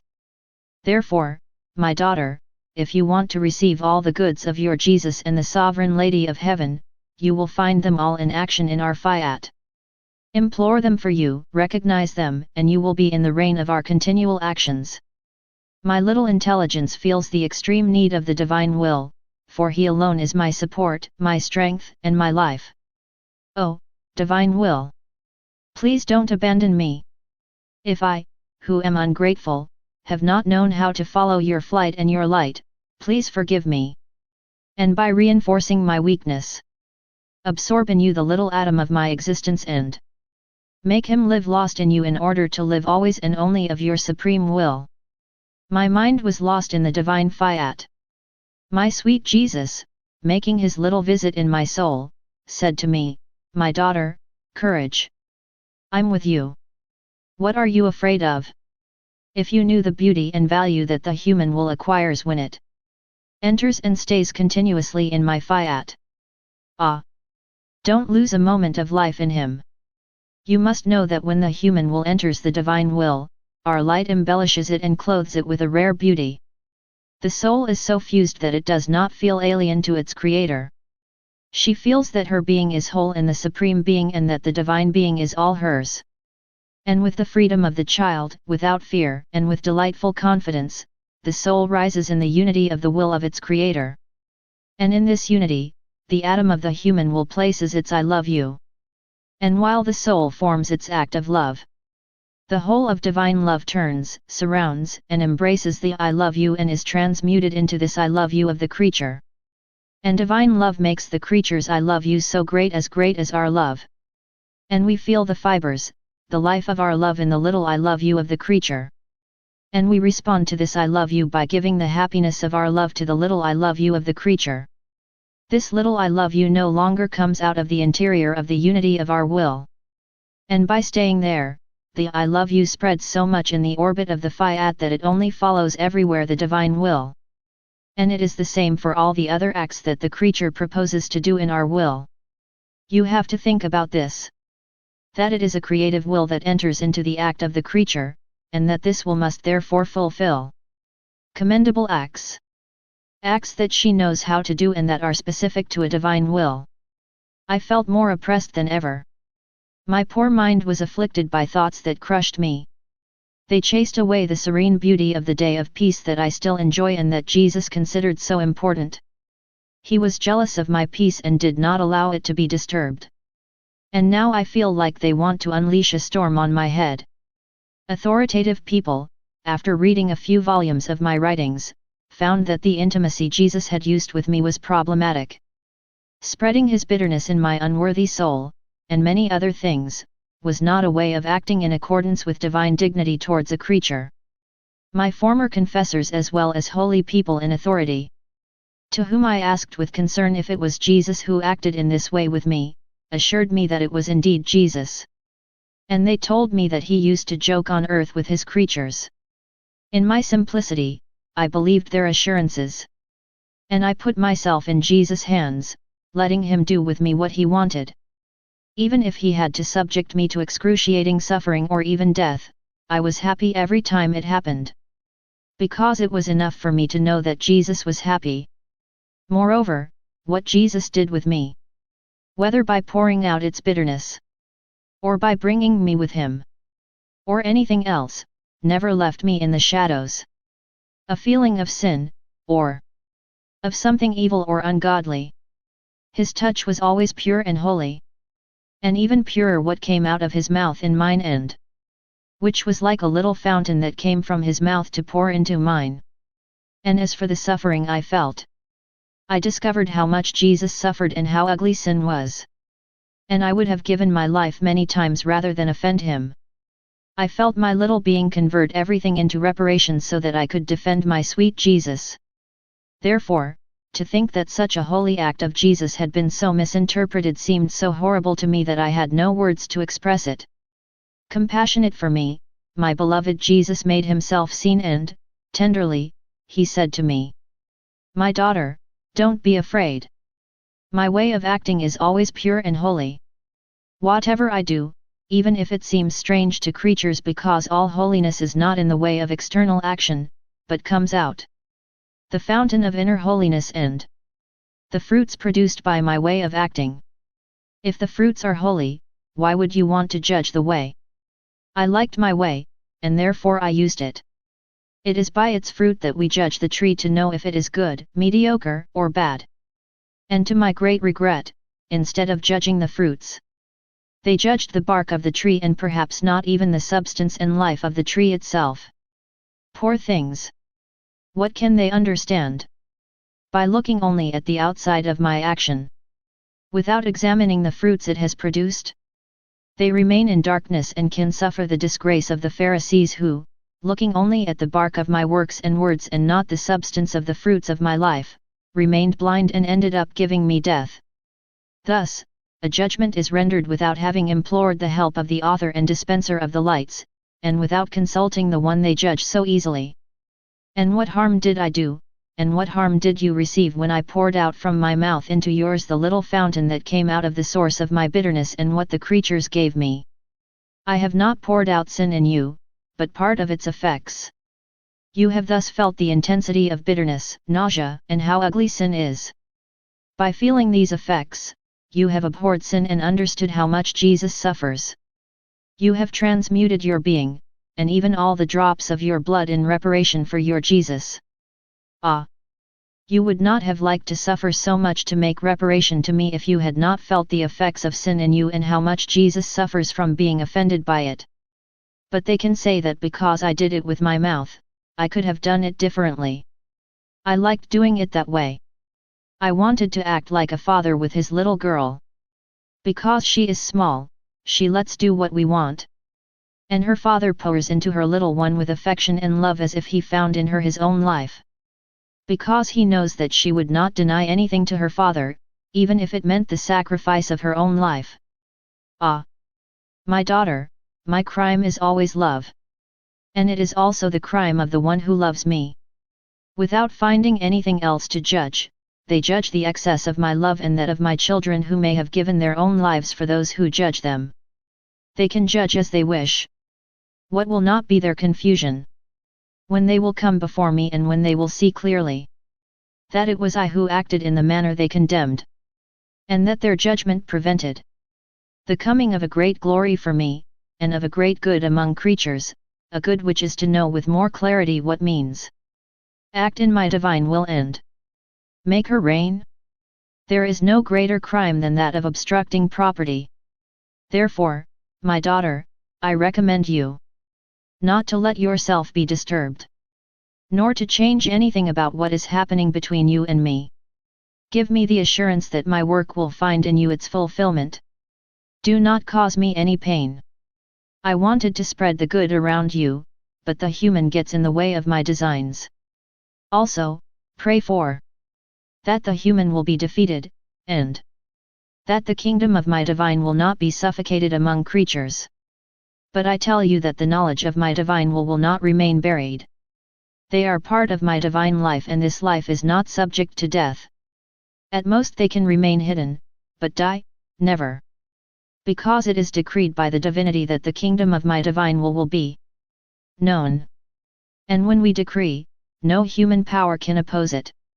It is at most a matter of time. And despite the opposition and contrary judgments of those in authority, I will do as I please. And if, with their judgments, they want to bury such a great good and so many divine lives from my truths, I will set them aside to do what I want. I will place other people, more humble and simpler, better inclined to believe in my admirable and multiple ways of using it with souls. And with their simplicity, being better disposed, rather than looking for quibbles, they will recognize that what I have manifested on my divine will is a gift from heaven. And those will serve me admirably.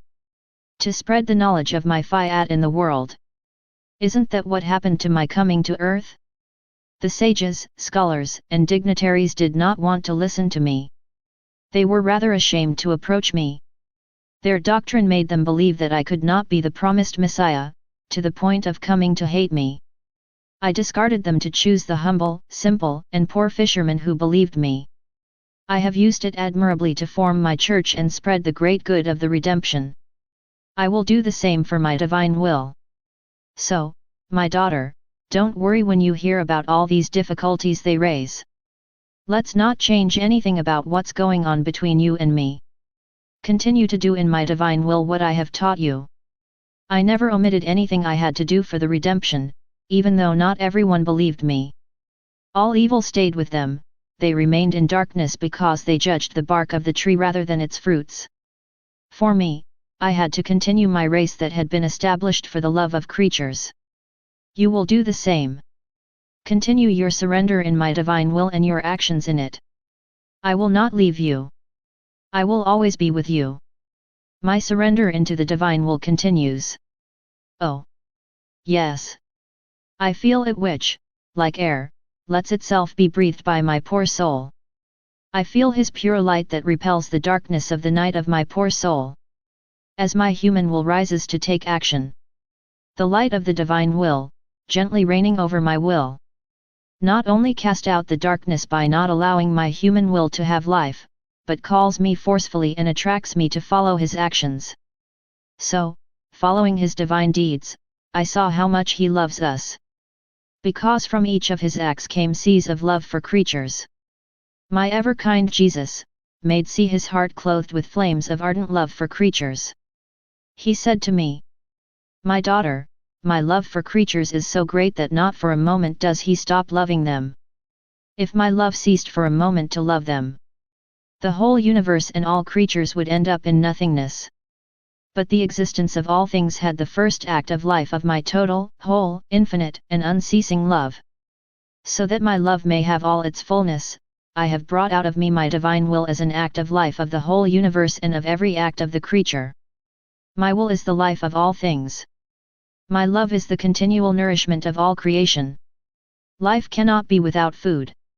If food does not find life, it has no one to give itself to or anyone to feed. Therefore, all the substance of all creation is my will as life, and is my love as food. All other things are superficial and ornamental. Heaven and earth are filled with my love and my will. There is no place where they do not blow like an impetuous wind towards the creatures. And this always, without ever stopping. My will and love are always in action to pour out on creatures.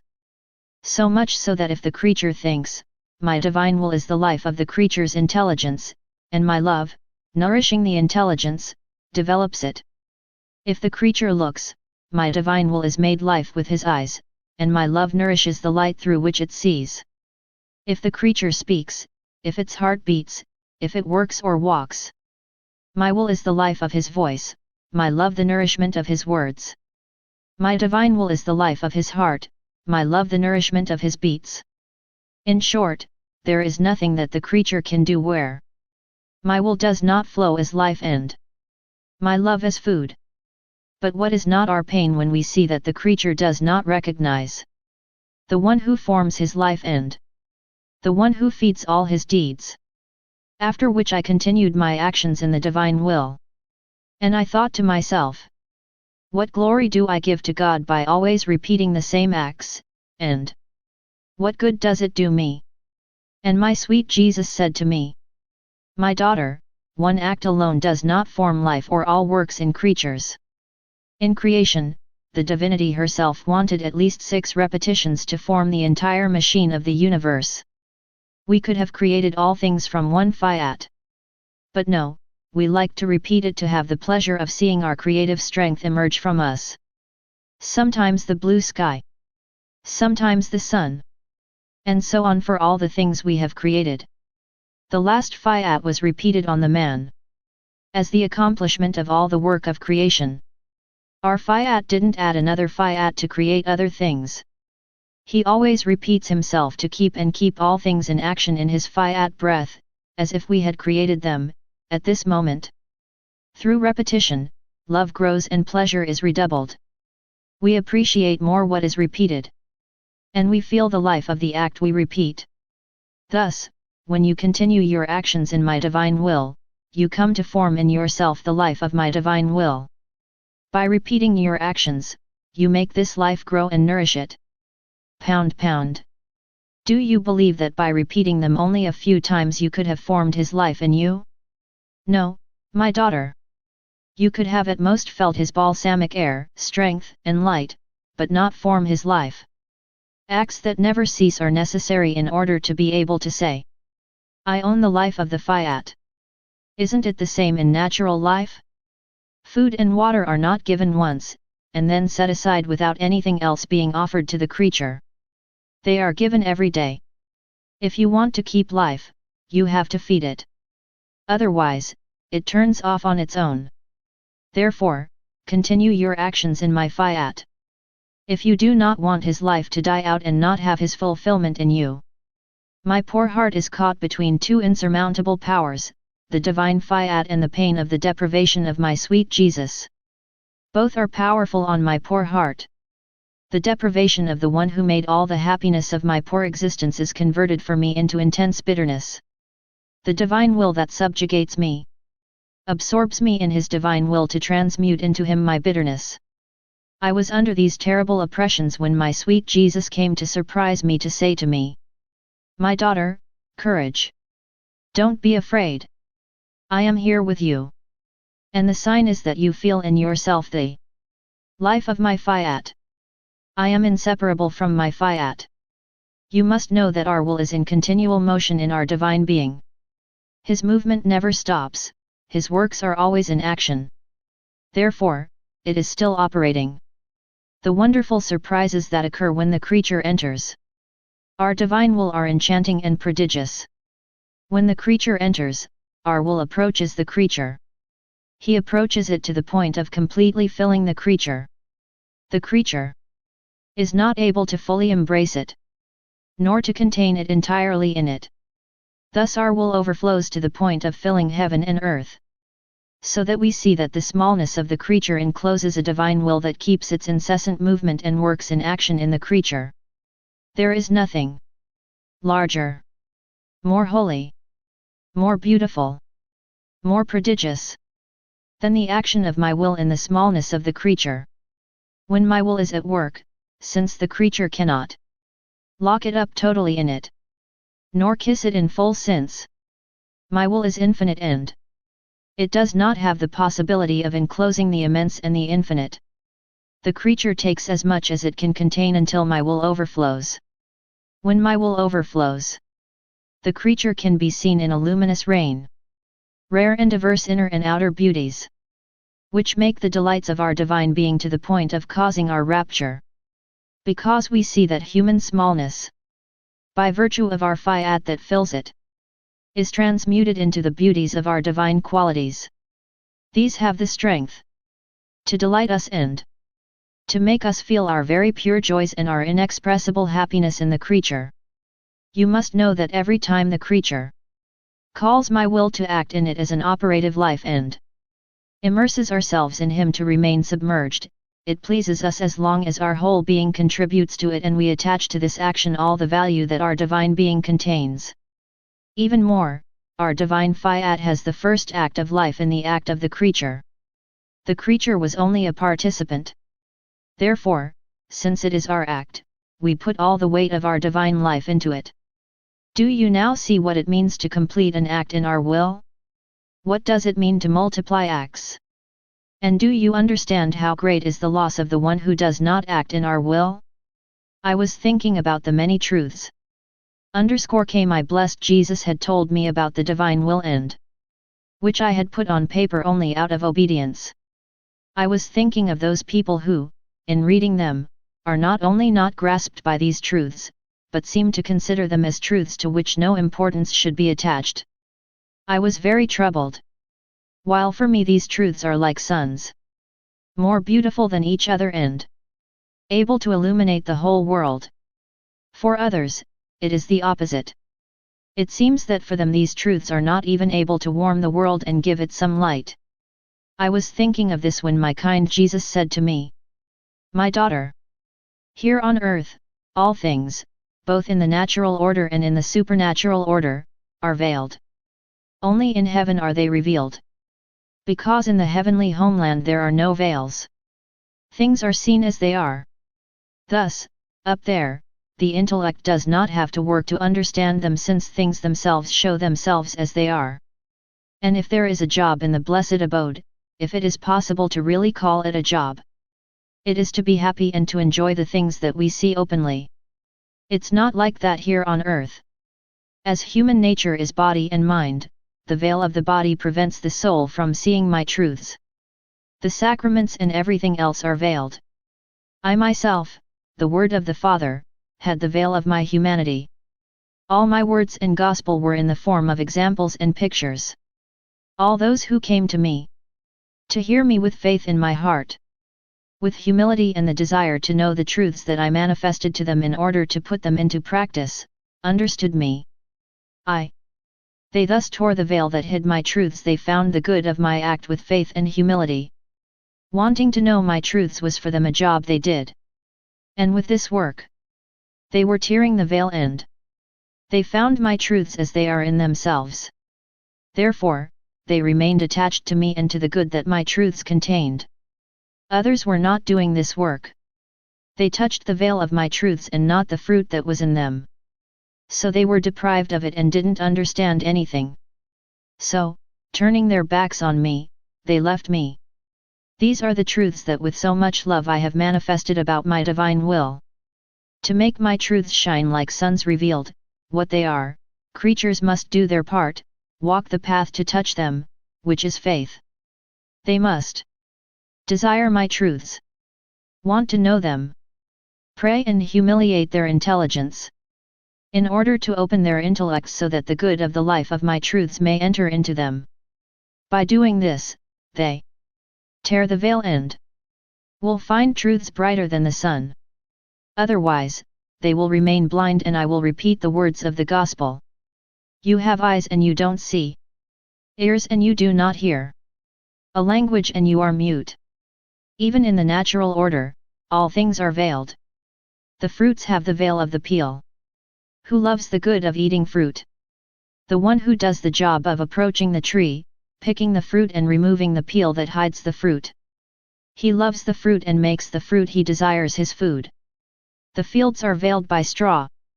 Who takes the good that hides the straw? Whoever removes the straw, takes the good of the grain to form the bread and make it his daily food. In short, all things here on earth have a veil that covers them to give to man. Work, the will and the love of owning and loving them.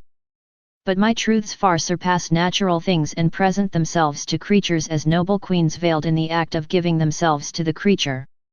But my truths want the work of the creature. They want the steps of the will of the creature that approaches it in order to know them, to possess them and to love them. This is the necessary conditions to tear the veil that hides them. When the veil of truths is lifted, truths appear in the light to give themselves to the one who sought them. This is why some read the truths about my divine will without understanding what they are reading. Even more, they are confused. They lack the true will to want to know them. It can be said that they lack the work to know them. Without work, nothing can be achieved. Nor do they deserve such a great good.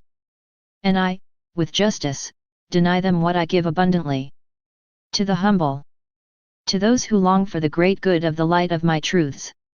My daughter, how many of my truths are stifled by those who do not like to know them and don't want to do their little work to own them. I feel they would like to suffocate me if they could. In my pain, I am forced to repeat what is said in the gospel. I will do so by deeds. I will take from those who have nothing or only a little of my possessions. I will leave them in their black misery because these souls, not wanting my truths and not liking them, keep them without appreciating them and without fruit. And I will give more abundantly to those who are. For they will preserve my truths as precious treasures and they will make them grow evermore. I am under the empire of the divine Fiat, the only one who knows my deep wounds that fester and multiply in my poor soul. My only hope is that only the divine will reigns in these painful and unfortunate circumstances of my existence here on earth, and that these circumstances precipitate my departure to the heavenly homeland. I found myself in the nightmare of this bitter suffering. My sweet Jesus said to me, "My daughter, don't overwhelm you. For overwhelm generates discouragement, which doubles the weight of suffering. So much so that the poor creature drags itself painfully on the path it must follow. While my will would like to see it fly to the infinite light of my will. And now, suffering.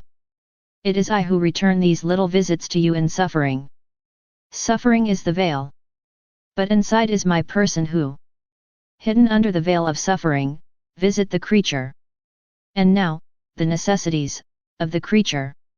It is I who am hidden in necessities. I have the necessities so that I can make the most beautiful visits to help me with these necessities. Thus, I visit the creatures. Not only by making me see, but in so many other ways. We can say that in each meeting, in every circumstance, in big as in small things, is a visit that I am willing to make to the creature, to give her what she needs. And for those who live in my divine will, having my permanent residence in the creature, not only do I visit it, but I also enlarge the limits of my will. I continued to follow the actions of the Supreme Fiat in order to be able to follow the incessant and endless love of my Creator with my acts of love. My sweet Jesus said to me, "My daughter, if you knew how sweet your love is to me, because it's our echo that I hear in your love, our divine fibers which, elevating your love in ours, makes your love run so pleasantly in our love by telling us, I want to love you as much as you have loved me, and as you have loved me. Because I want to tell you that I love you as many times as you told me." We are so happy about it, that we want the creature to be the repeater of our love. We increase the love of the creature, to the point of hearing the sweet sound of the creature's love in all our love. Even more, the first thing, which set in motion the first act in all that we did for the creatures was love. And since, without our will, our love would have been like a fire without light. Without love our will would have been like a light without warmth. What gave life to our love was the Fiat. Therefore, what set us in motion was love. But what has given and gives life to everything is our divine will. That is why whoever wants to find true life must come into our divine will, where the soul will find the fullness of our love and will obtain the prerogatives of our love, which are a love that fertilizes, a love that grows, a love that embraces everything, a love that moves everything in love, an unsurpassable and endless love, a love that loves everything and conquers everything. Therefore, when I hear you run from one created thing to another and place your I love you on each act of my will in order to clothe the acts of my will with your I love you, I hear the sweet sound of your love in ours, and I love you all the more. Then head with a tender accent, "My daughter, our love for creatures is so great, that in every act it performs, our love runs to love him and our will runs in order to form life in its act. Thus, for every thought that the creature forms in his mind is an act of love that we send to him, and our will lends itself to forming the life of his thought. In every word she speaks, in every beat of her heart, in every step of her footsteps, there are so many acts of our love, who run towards the creature and in which our Fiat lends itself to form life. His words, the beating of his heart and steps of his feet. The creature is thus needed by our love, and it lives in the sweet storm of our love. Over the creature hovers our incessant love that loves it so much. And our love quickly runs to give the creature the life of each of his acts, even the smallest. Oh! If creatures knew how much we love them and how inclined we are to love them always, always. To the point that we do not let even one of his thoughts escape us without sending him our distinct and special love. Oh! How much they would love us! Our love would not remain so alone without the love of creatures. Our love continually descends to creatures. Their little love is not ready to rise to its Creator. What a pain, my daughter, to love and not to be loved. That is why, when I find a creature that loves me, I feel his love harmonize with mine. When my love descends to this creature, his love rises to me. And I send him in abundance graces, favors and divine gifts, to the point of astonishment in heaven and earth. I was thinking of my Heavenly Mother when she was taken up to heaven. I offered my little deeds in the divine Fiat in tribute to his honor and glory. My sweet Jesus said to me, "My daughter, the glory, greatness, and power of my Heavenly Mother in the homeland of heaven are unsurpassable. Do you know why? His life on earth was lived in our divine Sunday. She never came out of the abode of her Creator. She knew nothing but our will. She loved nothing outside of our interests and asked for nothing that was not for our glory. It can be said that she formed the sun of her life in the Son of her Creator. Thus, whoever wants to find it in the heavenly abode must come into our Sunday, where the sovereign queen who formed her sun spreads on all her beneficial maternal rays. It is so radiantly beautiful that it delights the whole sky. Everyone feels doubly happy to have a mother so holy and a queen so glorious and so powerful. Virgo is the first and only daughter who possesses her Creator, and the only one who made his life in the Son of the Supreme Being. Having drawn his life from this eternal Sun, he is not surprising that the one who lived by light formed her dazzling sun, which is the joy of the whole heavenly court. This is exactly what it means to live in my divine will, to live in light and form one's life in our own Sunday. This was the purpose of creation. Have creatures created by us, our own beloved children, in our own home. Feed them with our own food. Clothe them in royal clothing, and give them the enjoyment of our own property. On earth, what father and mother can think? To put those who were born from their viscera outside their homes, their children, without giving their inheritance to their own children? I do not think there is. But how many sacrifices don't they make to make their children happy? If an earthly father and mother are capable of this, how much more the Heavenly Father? He wanted and desired his children to stay in his home, to have them around him, be happy with them, and wear them as a crown of his creative hands. But the ungrateful man has left our home, rejected our property, and was content to wander on an adventure and live in the darkness of his human will. My surrender into the divine will continues. I feel absorbed in his invincible power so that I can only follow his actions. I was following his deeds in creation when my kind Jesus said to me, "My daughter, my divine Fiat's love for creatures is so great that it takes all forms in order to be able to give itself to the creature. It takes the form of the sky that remains lying above the creature. And by remaining perpetually extended, my divine Fiat embraces the creature from all sides, guides it, protects it and defends it without ever retreating, and always remains a sky for its sky in the heart of the creature. My divine Fiat takes the form of the stars and gently lowers its flicker on the creature to caress it with its kisses of light and gently insinuate itself to form the stars of the most beautiful virtues in the soul of the creature. My Fiat takes the form of the sun to radiate the creature with its light and descend into the depths of the soul with its vibrant warmth.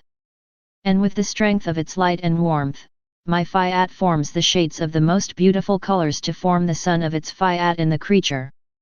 My divine Fiat takes the form of the wind to purify the creature.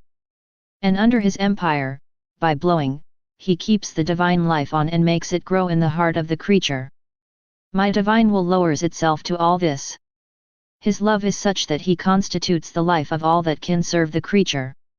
My divine will comes to take the form of the air that lets itself breathe, the form of the food that feeds the creature and the water that quenches its thirst. In short, there is nothing that serves the creature where my will is not found. To continually give to the creature. My Fiat surrounds the creature in multiple ways to surround it with its forms of love.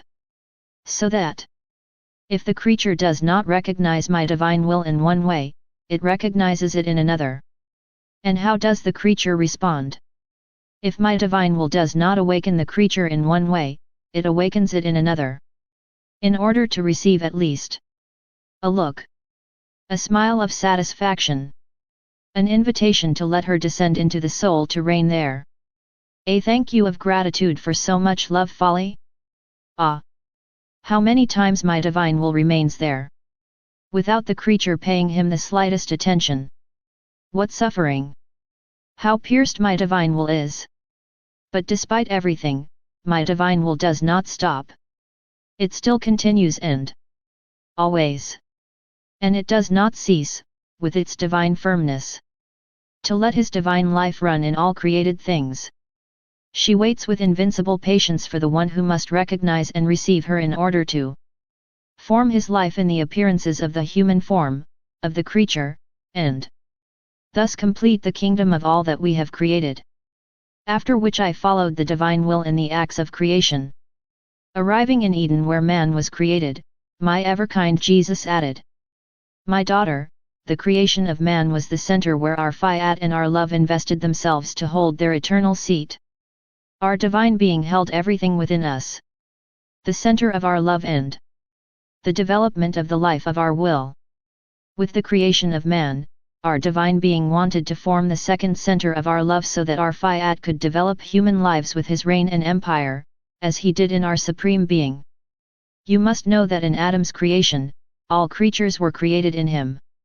All were present, none escaped us. We loved all creatures as much as we loved him, and we loved them all in him. By forming Adam's humanity with so much love, shaping and touching it with our creative hands, forming its bones, deploying nerves, covering them with flesh, forming the harmonies of human life. All creatures were shaped and kneaded in him. We formed the bones and spread the nerves of all creatures. And by covering them with flesh, we left them there. The touch of our creative hands, the seal of our love and the life-giving virtues of our will. By breathing the soul into Adam, with the power of our omnipotent breath, souls have been formed in all bodies. With the same power by which the soul was formed into Adam.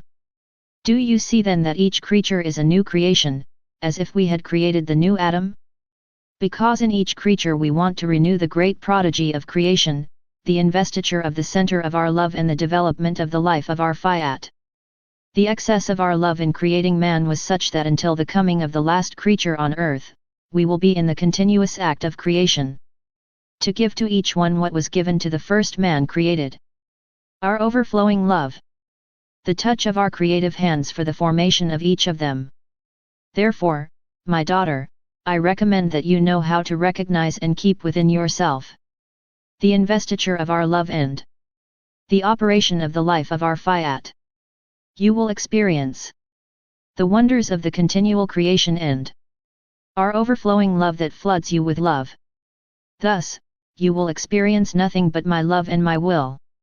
My abandonment in the divine Fiat continues. An invincible force transports me into his divine deeds. I feel and know that the divine will operates in all created things. This divine will gently invites me to follow her in her actions to have my company. I was doing this when my ever-kind Jesus said to me, "My daughter, all created things are filled with my divine will that remained in them not for us, for we did not need it, but out of love for creatures. By giving ourselves in multiple ways in everything we have created. As a true mother, my divine will wanted to attach itself to everything that came in the light of day, to everything that was born. She wanted to give oneself at every moment and without interruption, in small sips, to form one's life and extend one's kingdom in each soul. You see that there is nothing where my Fiat does not want to give itself. It can be said that everything created forms a throne of love of my Fiat, where he brings down his mercy, his graces and his way to communicate his divine life. My divine will stands on the lookout to see what good it can do to its children. To see if they open their hearts to him for receive his property and conform to one's divine ends. Thus, everything created is a call that my divine will makes to the creature. To receive the gift that my divine will wants to give him. Everything created is a new love that wants to give the beak to the creatures. A gesture towards the creature and into the creature. But, oh! What ingratitude on the part of the creatures! My divine will embraces creatures, hugs them on her breast with her arms of light. And they escape his light without turning his embrace and without a look for the one who loves them so much. Therefore, my daughter, be the repairer for my divine will. Follow her in all the calls she makes to you through everything created. To make love to him for love and to receive the sips of his divine life in the depths of your soul. To leave her free to rule. After which I followed the acts of the divine will. I continued my abandonment in the supreme will. My poor mind was occupied by the many incidents that our Lord had disposed of and still has in my poor existence. And my sweet Jesus added, "My daughter, crosses, incidents, mortifications, the acts, the abandonment of creatures and everything that can be suffered for my love, are just small stones marking the road that leads to heaven. Thus, at the moment of death, the creature will see that all that she suffered was useful to her to form the path that marked indelibly, with immutable stones, the straight way that leads to the heavenly homeland. And if, in all that my providence has disposed for the suffering of the creature, the latter suffers from it, to fulfill my divine will and to receive not suffering, but an act of divine life, then the creature will form as many sons as acts performed and suffered. Thus the road of the creature will be marked on the right as well as on the left of sons which, taking the creature and coating it with light, will lead it to the celestial regions. Therefore, the many incidents of life are necessary, for they serve to form and trace the road to heaven. If the roads are not formed, it is difficult to get from one country to another, much more to attain eternal glory. I felt immersed in the divine Fiat. His light dazzled my intellect, and by absorbing myself in its light, he makes me follow his actions as I did in creation. In doing so, I felt such bitterness and oppression that I had difficulty performing my actions in the divine will. My sweet Jesus, taken by compassion, said to me, "My daughter, how much pain your bitterness makes me. I feel it flowing into my heart. So, courage. Do you not know that oppression and bitterness are the slow poison of good, which produces such a difficulty, that he reduces the soul to an extreme suffering that it feels in its heart, and my love suffers in the heart of the creature. The creature feels the suffering on his lips, and my prayer suffers. The creature feels the suffering in his hands and steps, and my steps and works suffer. And even more so for the creature who wants to live in the divine will. The will of the creature is one with mine. Then I feel the suffering in my divine person. So courage. Surrender to me. It will raise a more dazzling light of my divine will which, turning into a cradle, will rock you to communicate to you my divine rest. And with its light and warmth, I will destroy the slow poison of your bitterness, to change it smoothly and into a fountain of satisfactions. And as you rest in the cradle of my divine will, you will take a sweet rest. And when you wake up, you will see that the bitterness and oppression will have disappeared. I will take you in my arms and you will know your usual sweetness and serenity, to make the life of my divine will grow in you." I then continued as much as I could my abandonment in the divine Fiat. My sweet Jesus added, "My daughter, bitterness, oppression, and all that is not about my will occupy a space in your soul. And my divine will does not feel free to extend its light, to make life rise in every particle and every corner of your soul with its creative and invigorating virtue. She feels surrounded by clouds which, although the sun is present, interpose between him and the earth and prevent its rays from descending with the fullness of its light to illuminate the earth. Ma volant se sent bliqui par les nuages d'emertums et d'oppressions pour étendre sa lumière. Dans les profondeurs de la creature et dans les plus petits recoins de son âme. My will feels prevented from being able to say, everything in the creature is my will, everything concerns me and everything is mine. And your Jesus who strove to form an entire soul in his will suffers and remains stuck in his works. You must know that I am the divine administrator of my Fiat in the creature. And when I see the creature willing to do my will, in all things, in every act it performs, I am ready to do the preparatory act. Suppose you want to do an act of love. I immediately get to work. I place my breath in this act of love. I put a dose of my love in it. I fill the act with a variety of beauty contained in my will. The divine administrator of my will that I am, administers my divine will on this act of love, in such a way that this act, the act of the creature, is recognized as an act that came out of the center of my divinity. I am very jealous of the acts animated by my divine will that the creature wants to do. I do not allow any difference between our actions. For this, I place what is mine as well as my work in the act of the creature. And I have to do that in all his actions. If the creature wants to do acts of worship, prayers, sacrifice, I place my work there so that this adoration is the echo of divine adoration. His prayer echoing mine and his sacrifice the repetition of mine. In short, I must find myself in every act of the creature. Your Jesus, possessor of my divine will. I would not be by the administrator of my divine will if I did not find holiness, purity and love of my humanity in the act of the creature. Therefore, I want to find the creature free of any cloud that could cast shade on my divine will. Therefore, be attentive, my daughter. Do not stand in the way of the work I want to do in your soul. I continued my deeds in the divine will. My poor spirit stopped in Eden where God created man to give the beginning of life to the creature. My beloved Jesus, all tenderness and goodness, made himself visible and he said to me, my daughter, Eden is a field of light in which our Supreme Being created man. It can be said that man was created in the light of our Fiat. His first act of life was light that extended an endless field of light in front of and behind him, to his left and right. His first act was to take its course in order to form the life of Adam, with Adam attracting as much light as X in order to form a light of his own, a personal good by virtue of his deeds, even if the light came from my divine will. Now in the one who works in my divine will from beginning to end, whose all acts are attached to the beginning of the light where the life of the creature was formed and had its first act of life, the light is the guardian of this life, it defends it and does not let anything foreign enter the light of the creature in order to form one of the wonders that only light is able to train. On the other hand, he who descends from this light enters the dark prison of his will. And in doing so, it attracts darkness. He attracts as much darkness as deeds to form goods of darkness of his own. Darkness does not know how to watch over the one who lives in it and cannot defend him. And if this creature performs a good act, that act is always obscure, for it is connected to darkness.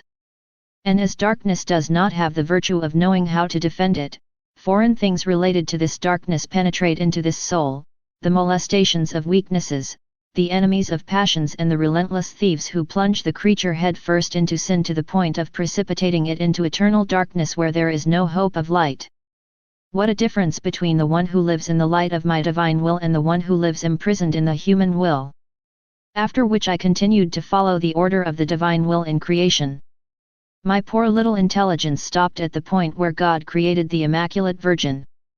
My kind Jesus, manifesting himself outside of me, said to me, my daughter, all the good and holy deeds of the prophets, patriarchs, and all the people of the Old Testament formed the ground where the Supreme Being sowed the seed to form the life of the heavenly child who sprouted in Mary, for the seed was taken from the human race. The Virgin, having in herself the operative life of the divine will, enlarges the ground by her deeds, fertilized it, divinized it and made flow in him, better than a beneficent and restorative rain, the holiness of his virtues and the warmth of his love. And stinging the ground of the sunlight of the divine will that she possessed in her own right, she prepared the ground for the sprout of the heavenly Saviour. And our divinity opened heaven to rain down the righteous, the holy, the Word in this germ. It is in this way that my divine and human life was formed, to form the redemption of the human race.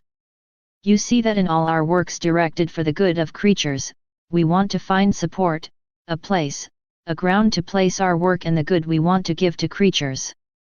Otherwise, where would we put it? In the air? Without there being at least one soul who knows it and attracts us by his actions by forming the small field? And without a heavenly sower to sow the good we want to give? If, on both sides creator and creature we did not work together, the creature who prepares himself by his small acts to receive, and God who gives, it would be as if we did nothing and did not want to do anything for the creature. Thus, the acts of the creature prepare the ground for the divine sower. If there is no land, there is no planting to look forward to. No one is going to plant without having a small plot of land.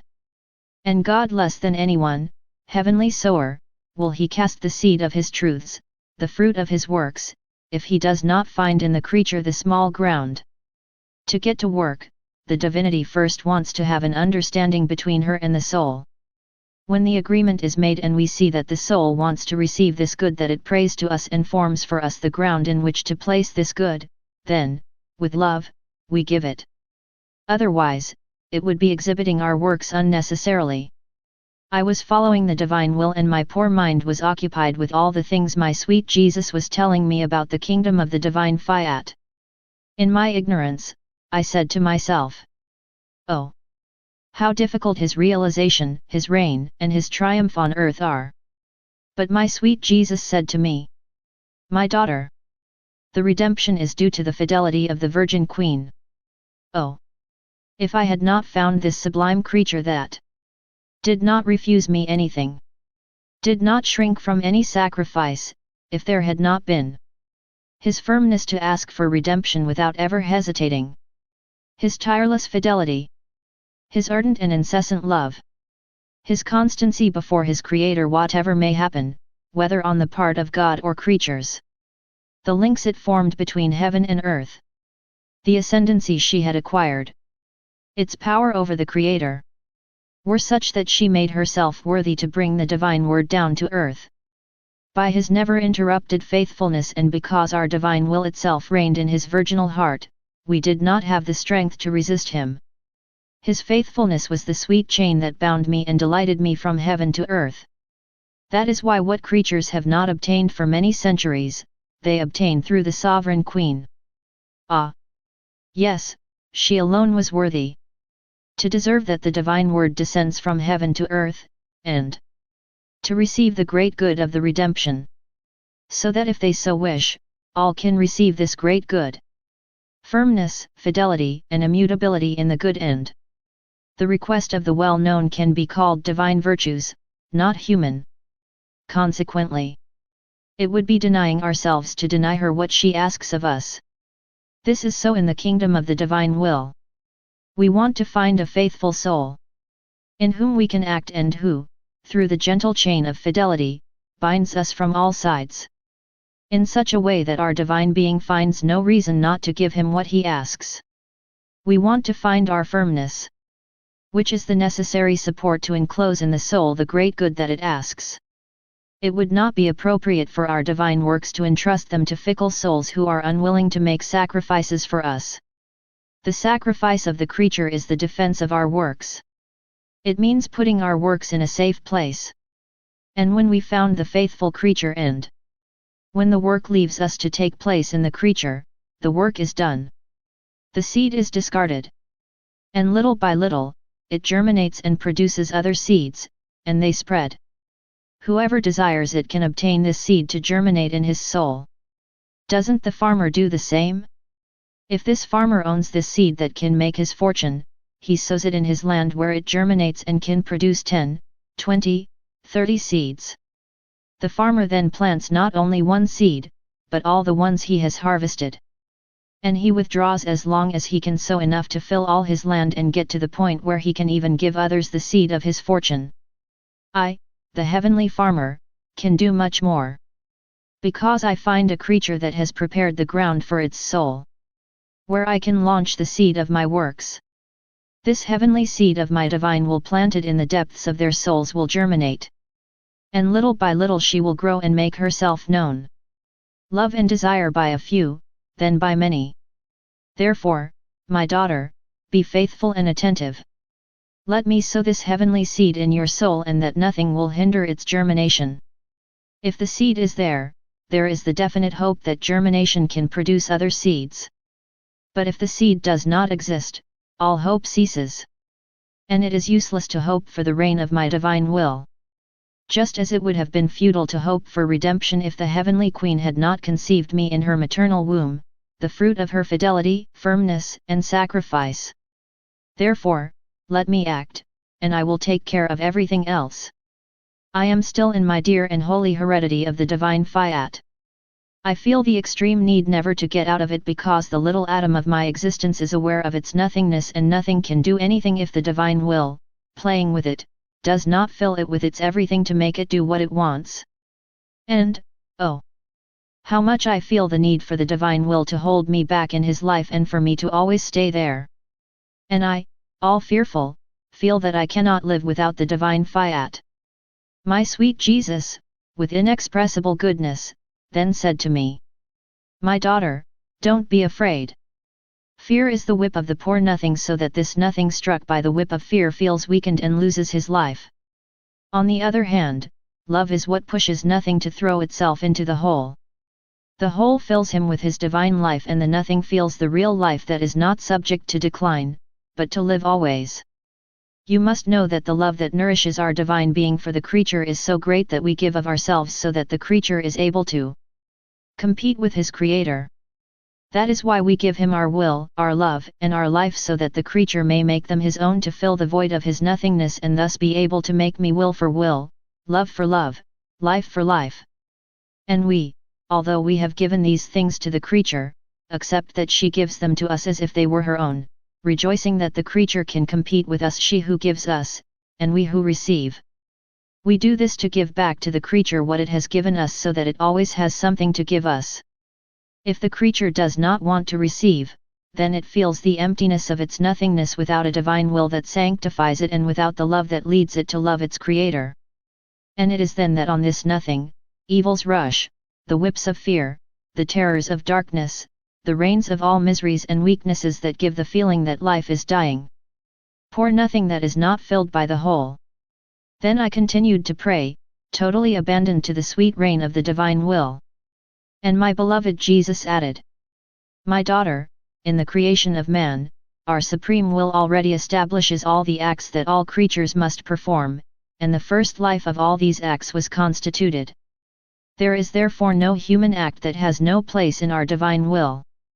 Also, when the creature performs each of his acts, our divine will is put into action in the human act of the creature.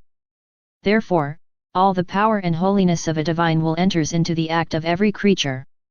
Each act, each of the established acts of creatures, has entered the order of all creation, each taking its place, almost like stars, each of which occupies a place in the blue of the sky. And as the whole human race with all its deeds has been ordained and formed by our divine fiat in creation, when the creature performs an act, the whole order of creation is set in motion and our divine will is put into action as if it were creating at that very moment all of creation. This happens because everything is in action in our will, and the act of the creature enters into the act of our will and, taking its place established by God, the effects of all creation are renewed and the human act enters the race of all created things where it has its distinct place. This human act is always in action in the divine movement to worship and love its creator.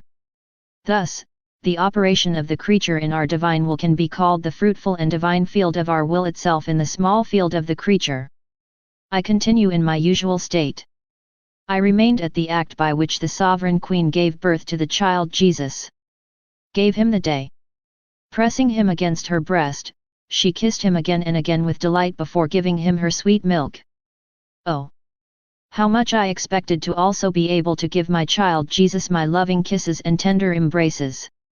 He, being seen as if he were receiving them, said to me, "Daughter of my will, the value of the acts of my heavenly mother was such because they came out of the immense bosom of my divine will, by which she possessed her kingdom, her life.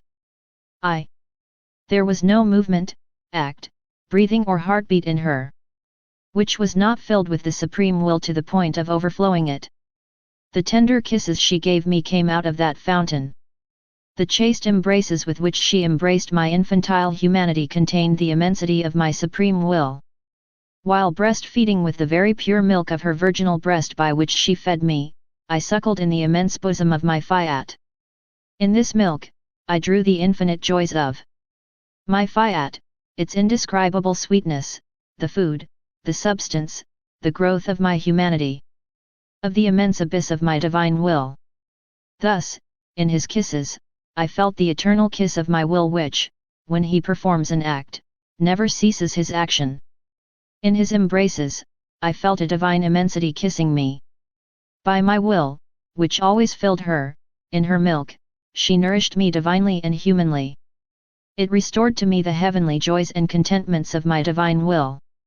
If the sovereign queen had not had in her power a divine will, I would not have been satisfied with his kisses, his love, his kisses and his milk. My humanity at most would have been satisfied. But my divinity, the word of the Father, which contained infinity and immensity in my power, wanted infinite kisses, huge kisses. A milk filled with joys and divine sweets. Only in this way was I satisfied. That my mother, possessing my divine will, could give me kisses, kisses of love in all its acts that gave me infinity.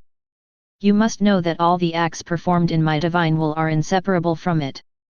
It can be said that the act and the will form one and the same thing. The will can be called light and the heat act, which are inseparable from each other. Thus, whoever possesses my Fiat as life will have in his power all the acts of the Heavenly Mother. She had all their actions in her power, so that in her kisses and kisses I felt embraced by all those who must live in my will. And in those souls who must live in my will, I feel kissed and embraced by my mom again. Everything is pooled and in perfect agreement with my will. Every human act descends from his womb. And with its power, it makes him return to the center from which he came out. Therefore, be attentive and let nothing escape from what enters into my divine will if you want to give me everything and receive everything. My poor spirit continues its course in the divine will. The divine will is always my support, my beginning, the middle and the end of my actions. His life runs in me like the sweet murmur of the sea that never stops. And I, in exchange for homage and love, give to the divine will the whisper of my deeds that this divine Fiat makes me do. My ever-kind Jesus continues to tell me, my daughter, every act performed in the divine will forms a resurrection in the soul. Life is not made up of a single act, but of many acts united together. Thus, the more acts there are, the more the soul rises in my will to form a complete life, all of my divine will. Human life is formed of many distinct members in order to be able to form its life. If there was only one limb, it could not be called life. And if it lacks a limb, it would be a deficient life. Thus, the acts repeated in my will serve to form the different members of the divine will in the creature. And by serving to unite these acts to form life, they also serve to nourish this life. As my divine will has no boundaries, the more acts performed in it, the more divine life grows in the creature. And when the divine life rises and grows, it is the human will that dies because of these acts performed in my divine will. The human will finds no nourishment and feels dying with every act performed in my divine will. And whenever the human will does its will in its deeds, it is the divine will that it causes to die in those acts. Oh! How terrible it is to see a finite will place an infinite will outside of his act, when he wants to give it his life of light, beauty, and holiness. I continued my deeds in the divine will with my usual refrain. I love you in everything you have done for our love. But as I did this, I thought to myself, my refrain of I love you must be tiring for my blessed Jesus. So what's the point of saying it again?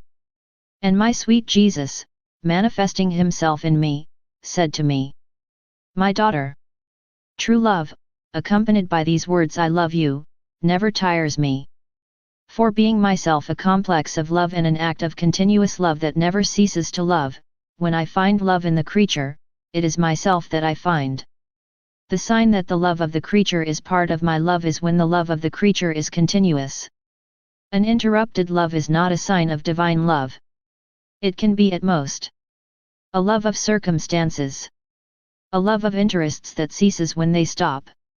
Even the words I love you are nothing but the air that my love produces in the creature, and that, condensed in the creature, produces many flashes of light towards the one the creature loves. And me, when I hear I love you, do you know what I'm saying? I say, my daughter produces flashes of light in the air of her love for me, and one flash does not wait for the other. Then all continuous acts, done in my will, are those that have the virtue of conserving, nourishing, and growing the life of the creature.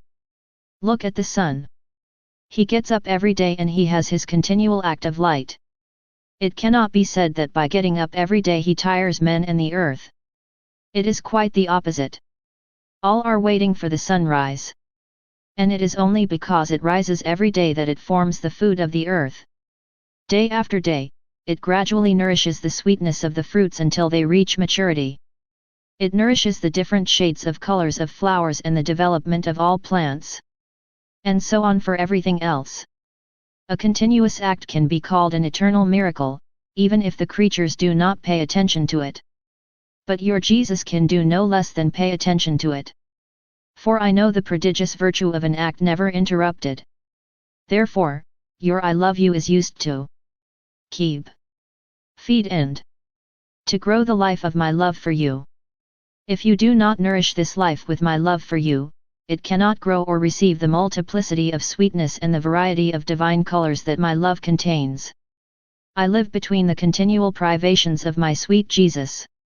Ah! Without him, I cannot find my center in which I rest. Also, I don't know which flight I need to take, to find it. I can't find the guide I can trust. I cannot find the one who, with so much love, has made himself my master to give me the most sublime lessons. His words are rains of joy, love, and grace on my poor soul. And now everything is deep silence. I would like the sky, the sun, the sea, and the whole earth to burst into tears to shout at the one I can no longer find, because I do not know where his footsteps were going. But alas! No one leads me to him. No one has mercy on me. Ah! Jesus, come back to the one you said you wanted to live only for you and with you. And now it's all over. My poor heart is filled, and who could say how much pain because of the deprivation of his Jesus, his life, his whole, etc., etc. And while I found myself in this state of vehemence and bitterness, I followed the deeds of the divine will. In an instant, everything was present in front of me. My ever-kind Jesus made himself seen and, with all tenderness, he said to me, "My daughter, courage. My love has no limit. Therefore, I love the creature of infinite and unsurpassable love. You say you love me. But what is the difference between created love and creating love? Creation gives you a picture of difference. Look at the sun. Its light and warmth fill your eyes and put on your whole person. And yet, how much light do you take? Very little. Barely a shadow. What remains of the sunlight is so great that it is possible to cover the whole earth with it. Symbol of your little created love which, although you feel filled with it to the point of overflowing, will always be a very small love. Better than the sun, the love of your Creator always remains immense and infinite, surpassing all things. He brings the creature into his triumph of love by making it live in the continual reign of his creative love. Water is another symbol. You drink it. But how much do you actually drink compared to what exists in the sea, rivers, wells, and bowels of the earth? Very little, we can say. And what remains symbolizes the creative love which, by its own virtue, possesses the immense seas and knows how to love the creature of immense love. The earth itself tells you about your little love. How much soil do you need to support your feet? Barely a little space. And how many are left? Thus, between the love of the Creator and that of the creature there is a vast and immeasurable difference. Let us also add that the Creator, in creating man, endowed him with his properties. Consequently, he endowed him with his love, holiness, goodness, intelligence, and beauty. In short, he endowed man with all his divine qualities, granting him free will in order to put our dowry to work to increase it always, according to whether he will grow more or less, placing his own deeds in our own divine qualities, in accordance with the task entrusted to him of keeping and making fruitful the dowry that we have granted him. Our infinite wisdom did not want to put out the work of our creative hands, our birth and our son, without giving him what is ours. Our love would not have been able to bear to give him the day, to give birth to him, naked and without goods. It would not have been worthy of our creative hands. If we hadn't given him anything, our love wouldn't have had much reason to love him. But because he is ours, because he has what is of us, and costs our love so much, we love him very much to the point of giving him my life. When things cost nothing and have received nothing, they are not loved. This is exactly what keeps the burning fire of our love burning and alive. It is because we have given him a lot that we still give to the creature. Do you see then what great difference there is between the love of the creature and that of the Creator? If the creature loves us, it takes from our good that we have given it to love us. She loves, although it is the little love created, compared to the creative love. However, we want this little love, we long after him. We covet it. And when the creature doesn't give it to us, we will go crazy.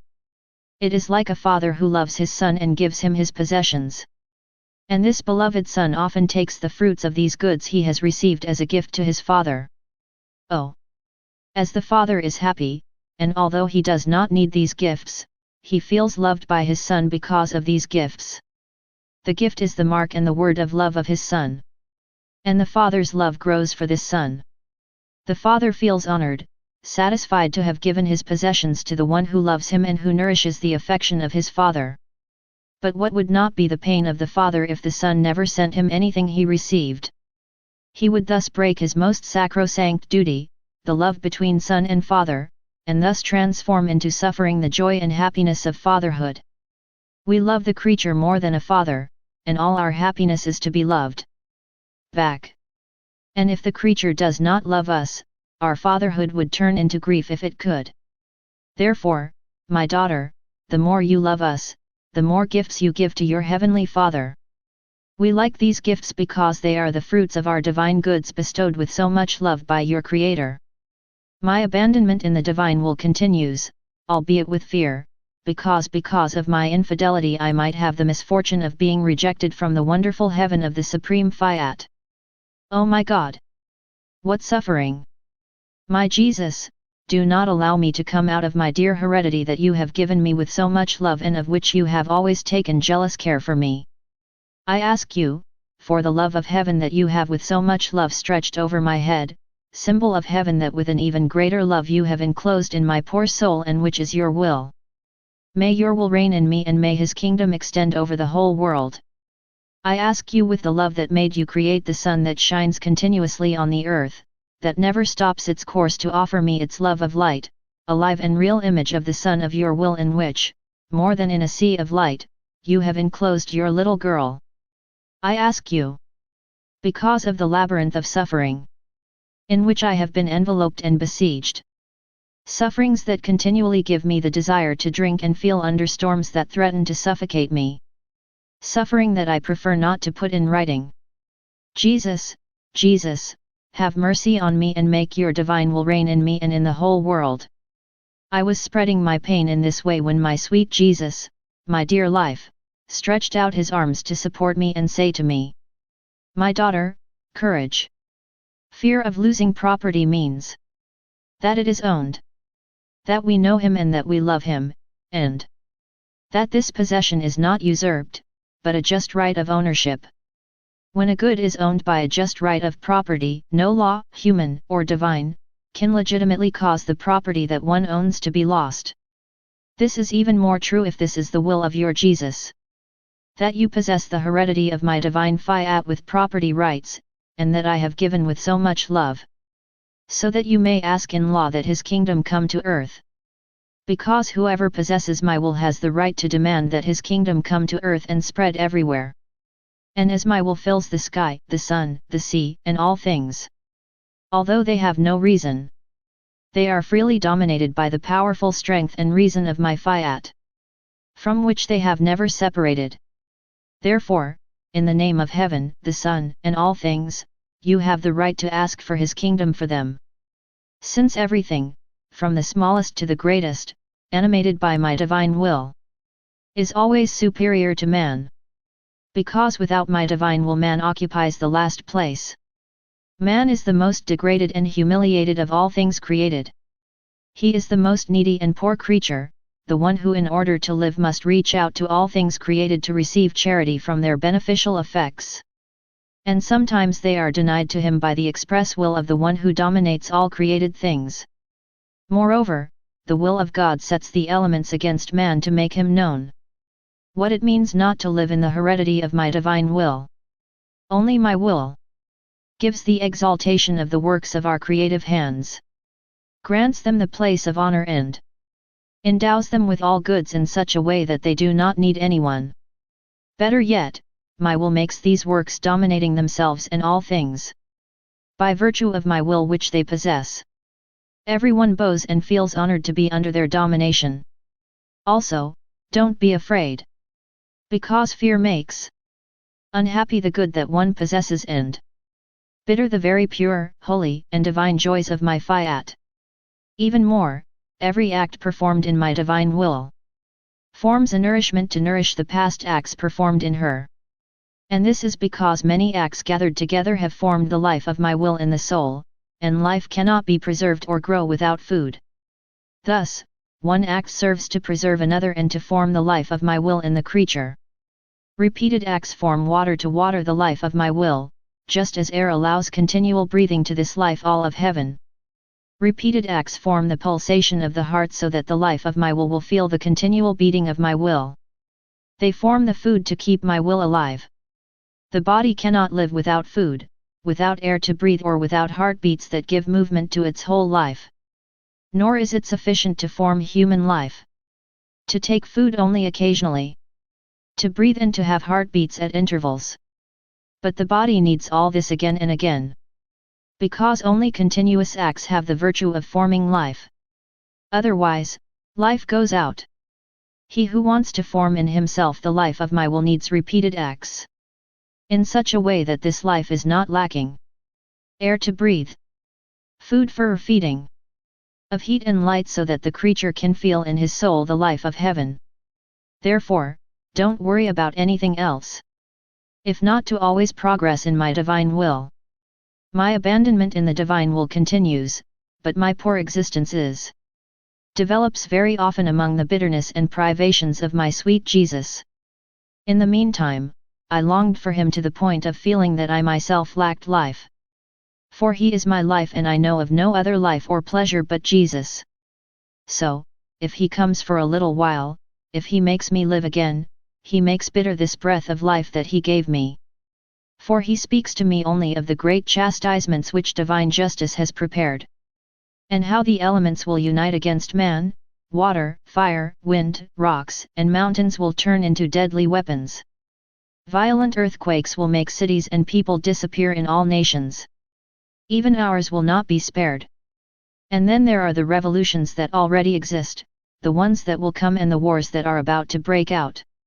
It seems that the whole world will be caught in the net that men themselves are preparing. But Jesus says this with great bitterness and he left me without my usual sufferings that he usually communicated to me before. I was filled with bitterness and continued my deeds in the divine will when my sweet Jesus was seen and he said to me, "My daughter, get up. Enter into my operative will. It is huge. But in its immensity, there is no place where it does not exercise special and distinct acts towards humanity. Although my will is one is its immensity, one is its deeds. It contains in its immensity the order of all the effects that, as acts, come out of the single act to spread over each creature. Each creature then receives them according to its own disposition. If the creature is willing to love me, it receives the effects of the love that my operative will spreads. If the creature is willing to be good, it receives the effects of the operative goodness of my will. If she is willing to make herself holy, it receives the effects of the holiness of my will. Thus, according to its provisions, the immensity of my Fiat pours its distinct effects on each creature that converts them into deeds. And whoever is not disposed receives nothing. Although my divine will is always operating on every creature. And as these creatures do not want to receive the good that my will wants to give them, my righteousness converts into punishment those goods that the creature rejects. That is why my divine will is always on the lookout within the elements to see if creatures are willing to receive the good of its continual operating will. Seeing himself rejected, my will, weary, arms the elements against the creatures. As a result, unforeseen punishments and new phenomena are about to occur. By its almost continuous tremors, the earth warns man to use common sense, otherwise, the earth will collapse under his feet because it no longer wants to support him. Serious are the misfortunes that are about to happen. Otherwise, I would not have suspended you from your usual state of victim. But for the creature who enters into my divine will, no act escapes him. The creature runs towards each of the operative acts of my will. Loves them.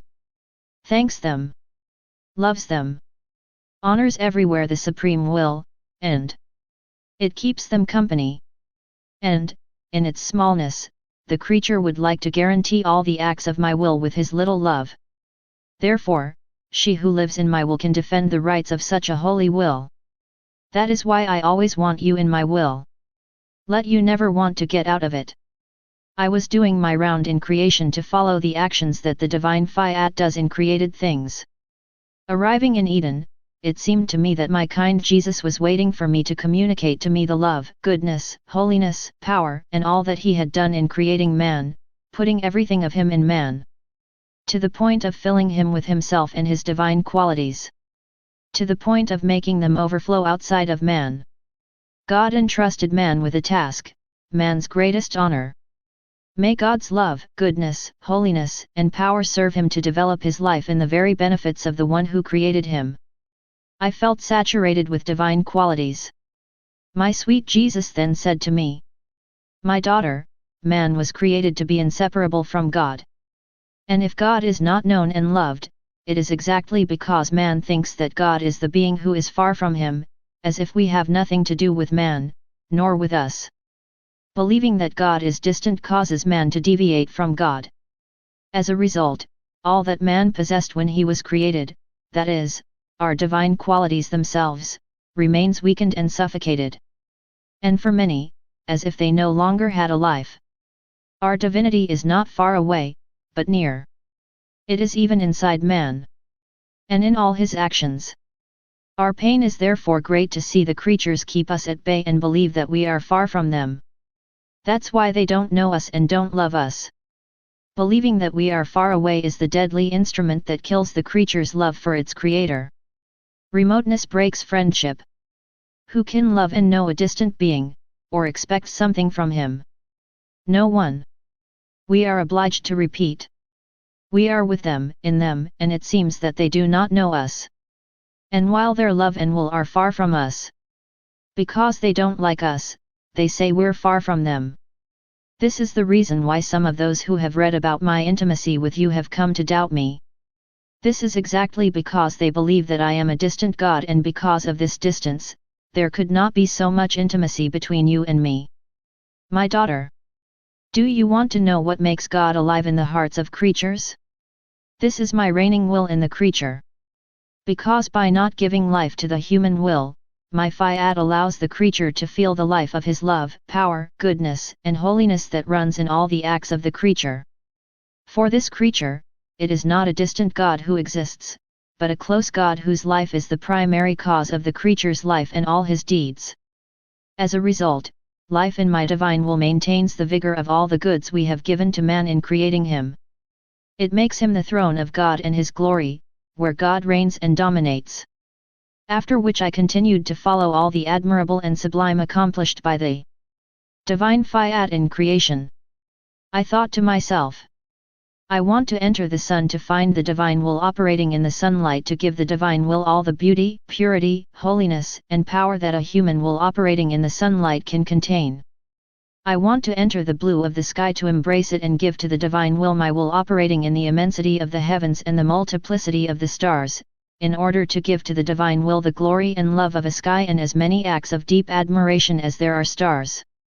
And in this way, I followed all the things created. But as I did that, a thought came to me.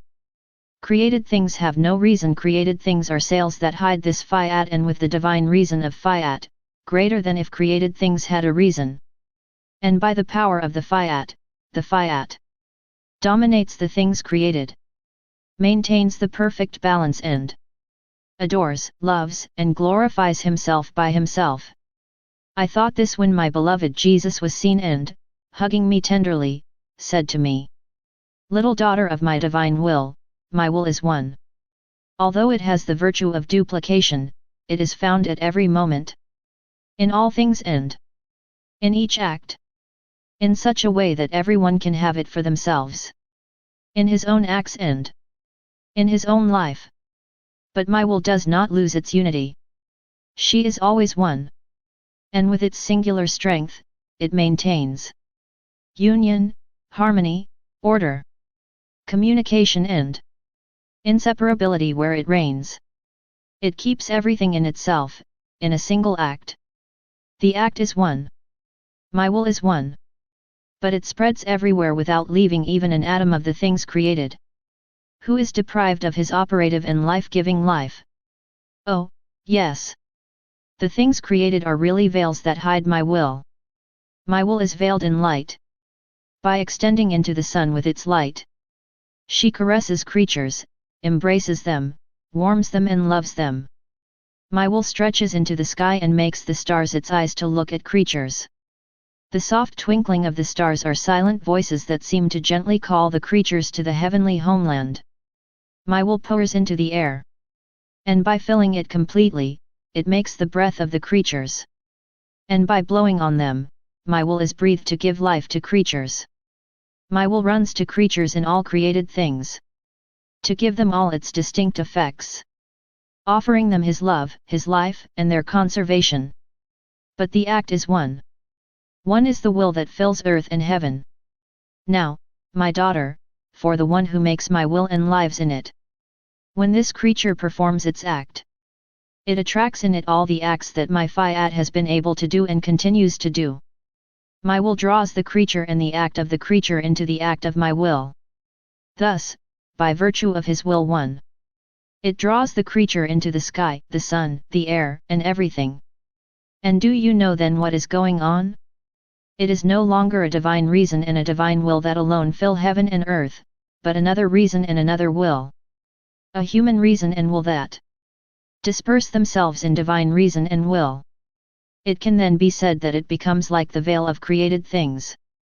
It is a veil that has a human reason and will, sacrificed and merged into divine reason and divine will. So, my Fiat is no longer alone in loving, honoring and glorifying itself in created things, but now there is another will, a human will that loves, adores and glorifies it. In the sky, in the sun and in the air. In short, wherever my Fiat is found and where it reigns in each distinct thing. Thus, when my divine will attracts in it and in its actions the human will, to make her love, worship, and glorify her with the love, adoration and glory of my will. The creature, wanting to live by nothing but my only will, draws into it all the acts performed by my will and makes himself capable of loving and sanctifying as a divine will knows how to love and sanctify. And the divine will extends its sky and forms its sun. In short, my divine will pursues its divine art as it began and continues to do in creation. Do you see then? What does it mean to do something in my divine will? That not to do so means to lose the sun of my will, its sun, its air, its seas of grace and its divine art? Therefore, I always want to find in her the little girl of my divine will. My flight into the divine will continues. It seems to me that I call the divine will because otherwise I would miss the life of good, the life of love, the life of light and the life of peace. My human will, seeing itself alone, would give me the assault to give life to my passions. That is why I fear so much that I will be deprived, even for a single moment, of the Fiat operating in me. For when the divine will remains in me, my human will remains hidden and does not dare to move before such a holy and powerful will. Thus, I call the divine will and it helps me to bring me its deeds so that I follow it and keep it company. And as the divine will has created everything for the love of creatures, when he feels a creature close to him and fused into him, he feels so much pleasure that he feels paid back for everything that has come out of his creative hands. I was following the deeds of the divine will in creation when my sweet Jesus was seen. Looking at me, he said, "My daughter, how sweet it is for me to look at a soul that allows itself to be shaped by my divine will. It is a triumph on both sides. My will invests the intelligence of the creature, and the latter allows itself to be invested. In short, an agreement is formed on both sides. My will then forms its triumph over every thought of the creature. And the creature acquires and carries in triumph in his mind so many divine thoughts. Thus, my divine will triumphs. By giving to the creature and by taking possession of the creature. The soul triumphs by wanting and receiving it. So, if the creature looks, speaks, if its heart beats, if it works or if it walks, they are always triumphs of my will over the creature. And the creature triumphs and takes possession of these divine acts. Between these exchanges of triumphs and possessions are formed so many joys and happiness on both sides that it is impossible for you to understand everything. You must know that this good, triumph and possession, brings joy and happiness when it appears between two beings. An isolated good has never made anyone happy. The good that feels isolated loses all the beauty of happiness.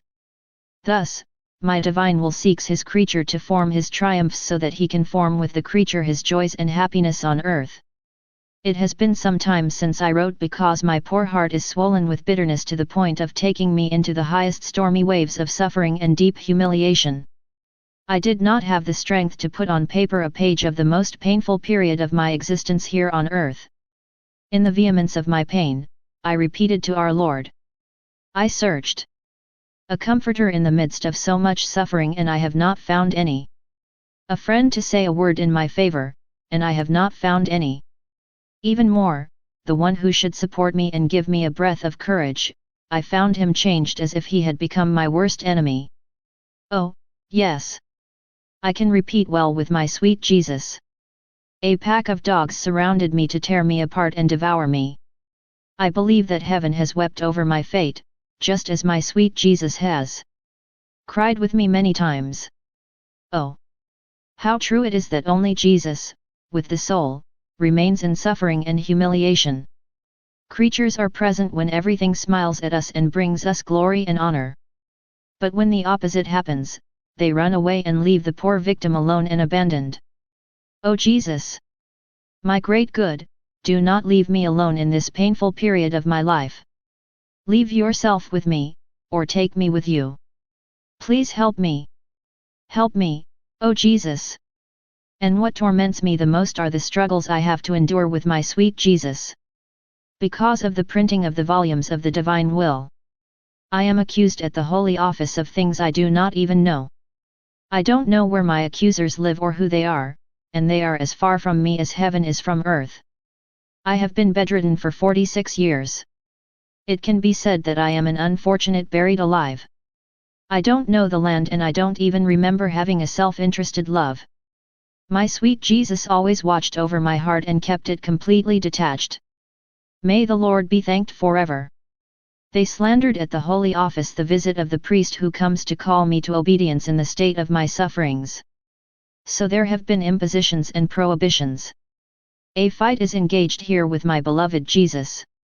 I beg him to free me, or to do everything himself. That is, he throws me into suffering and frees me when he pleases it. And Jesus, all goodness, said to me, "My daughter, do you think I can't do it? I can do it. But I don't want to. For me, my will is more valuable than my power. I can in one moment create heaven and earth and the next moment, destroy them. This is the strength of my power. But by destroying an act of my will, which I do not want or cannot do, I would destroy the order of the acts of my will, which, from all eternity, come from divine stability. It would be to act against my wisdom, against my own designs and against my love.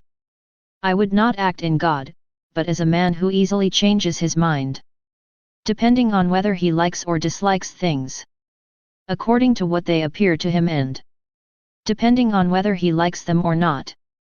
I am the immutable. I do not change anything in the designs and deeds that my holy and divine will, in its high wisdom, has established to accomplish. I would not then act like God by changing only because they wanted to accuse you of black slander by using their authority with malicious perfidy to reach the holy office. We get to this point when an evil has reached an excess and no authority can remedy it anymore. And it is precisely to this that we can recognize the extreme perfidy of your accusers. Should I change my ways and my plans that I have been accomplishing on you for so many years? Oh! If you knew what pain they have caused to my heart which, unable to bear torture, compels me to strike all those who have participated in such a dark accusation. And don't think I'm going to do it today. In due course, my justice will arm his arm against them. No one will be spared. The pain they caused me is too great. And me, my love, if you let me down, in the state of a victim, and you don't help me to free myself, what am I going to do? You don't want to change anything about the way you act with me. If the authorities, who see things differently, do not accept what you want, how will I do it? At least assure me that you will take me to heaven. So you and I, and they too, will all be happy. Don't you see in which labyrinth they put me? I am the accused, the condemned, as if I had become the most despicable creature on earth and a curse had fallen on my poor existence. Jesus, Jesus!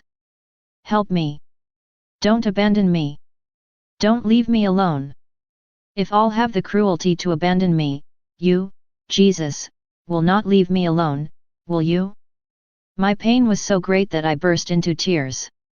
And Jesus, also weeping, said to me, "Courage, my brave daughter! You must know that my divine will works in two ways. One voluntary and the other permissive. When my will acts voluntarily, it fulfills my purposes, it forms holiness. And the creature who receives this voluntary act of my will gets it surrounded by light, grace, and help. Nothing should be missing from this wealthy creature. To be able to fulfill this voluntary act of my will. On the other hand, my divine will acts in a permissive way. When creatures, with the free will they possess, seek to bind the hands of the Almighty, as in the present situation where they want to change things in their own way and not as I have arranged them to this day with so much love, they force me to act in a permissive manner. And my permissive will involves justice and punishment. The blindness of your accusers is great, and who knows how far they will go. I will therefore act with my permissive will. As they refuse the way I want, I will suspend you from being a victim. And my justice, no longer finding its support, will freely unload against these people. I do the first round in all nations. So much so that very often I suspend you from the state of victim because I see you too embittered for my cause and by what they want. And because of all their perfidy towards you, and because seeing you so bitter I do not have the heart to throw you into your usual state of suffering, which you have received with so much love and that I, with even greater love, have communicated to you. Therefore, I will pass over you. But if you knew my pain, and in my pain I continue to say, human ingratitude, how terrible you are! I am ready for the second round of punishments in all nations, repeating earthquakes, mortalities, unforeseen phenomena. Evils of all kinds sufficient to strike terror and shock. The punishments will fall like a thick fog on the people and many will remain naked and hungry. And when the second round is over, I will start the third. And where the punishments will rage the most, wars and revolutions will be more ruthless. My daughter, I recommend one thing, patience. Oh, please don't cause me the pain of opposing your will to mine. Remember how many graces I have bestowed upon you. With what love I loved you to win your will and make it mine. If you want to make me happy, assure me that you will never, ever do your will. And for me, assuring Jesus that I never want to do my will, the circumstances are such that I live with continual fear and that poisons me. To be able to fall into the great disgrace of not always doing the divine will. My God, what suffering! What torment for my poor heart, especially since in my fickle state, I go days without being in a state of suffering. And now I'm tortured at the idea that Jesus has left me and that I will never have the happiness to see him again. And in my sorrow, I repeat, farewell, Jesus. We will not see each other again. It's all over. And I mourn the one who was more than my life. I spend 2-3 days in this torture. And when I convince myself that I will no longer fall into this state of suffering, Jesus then surprises me and makes me fall into suffering. And then I am tortured by the thought, how will I be obedient?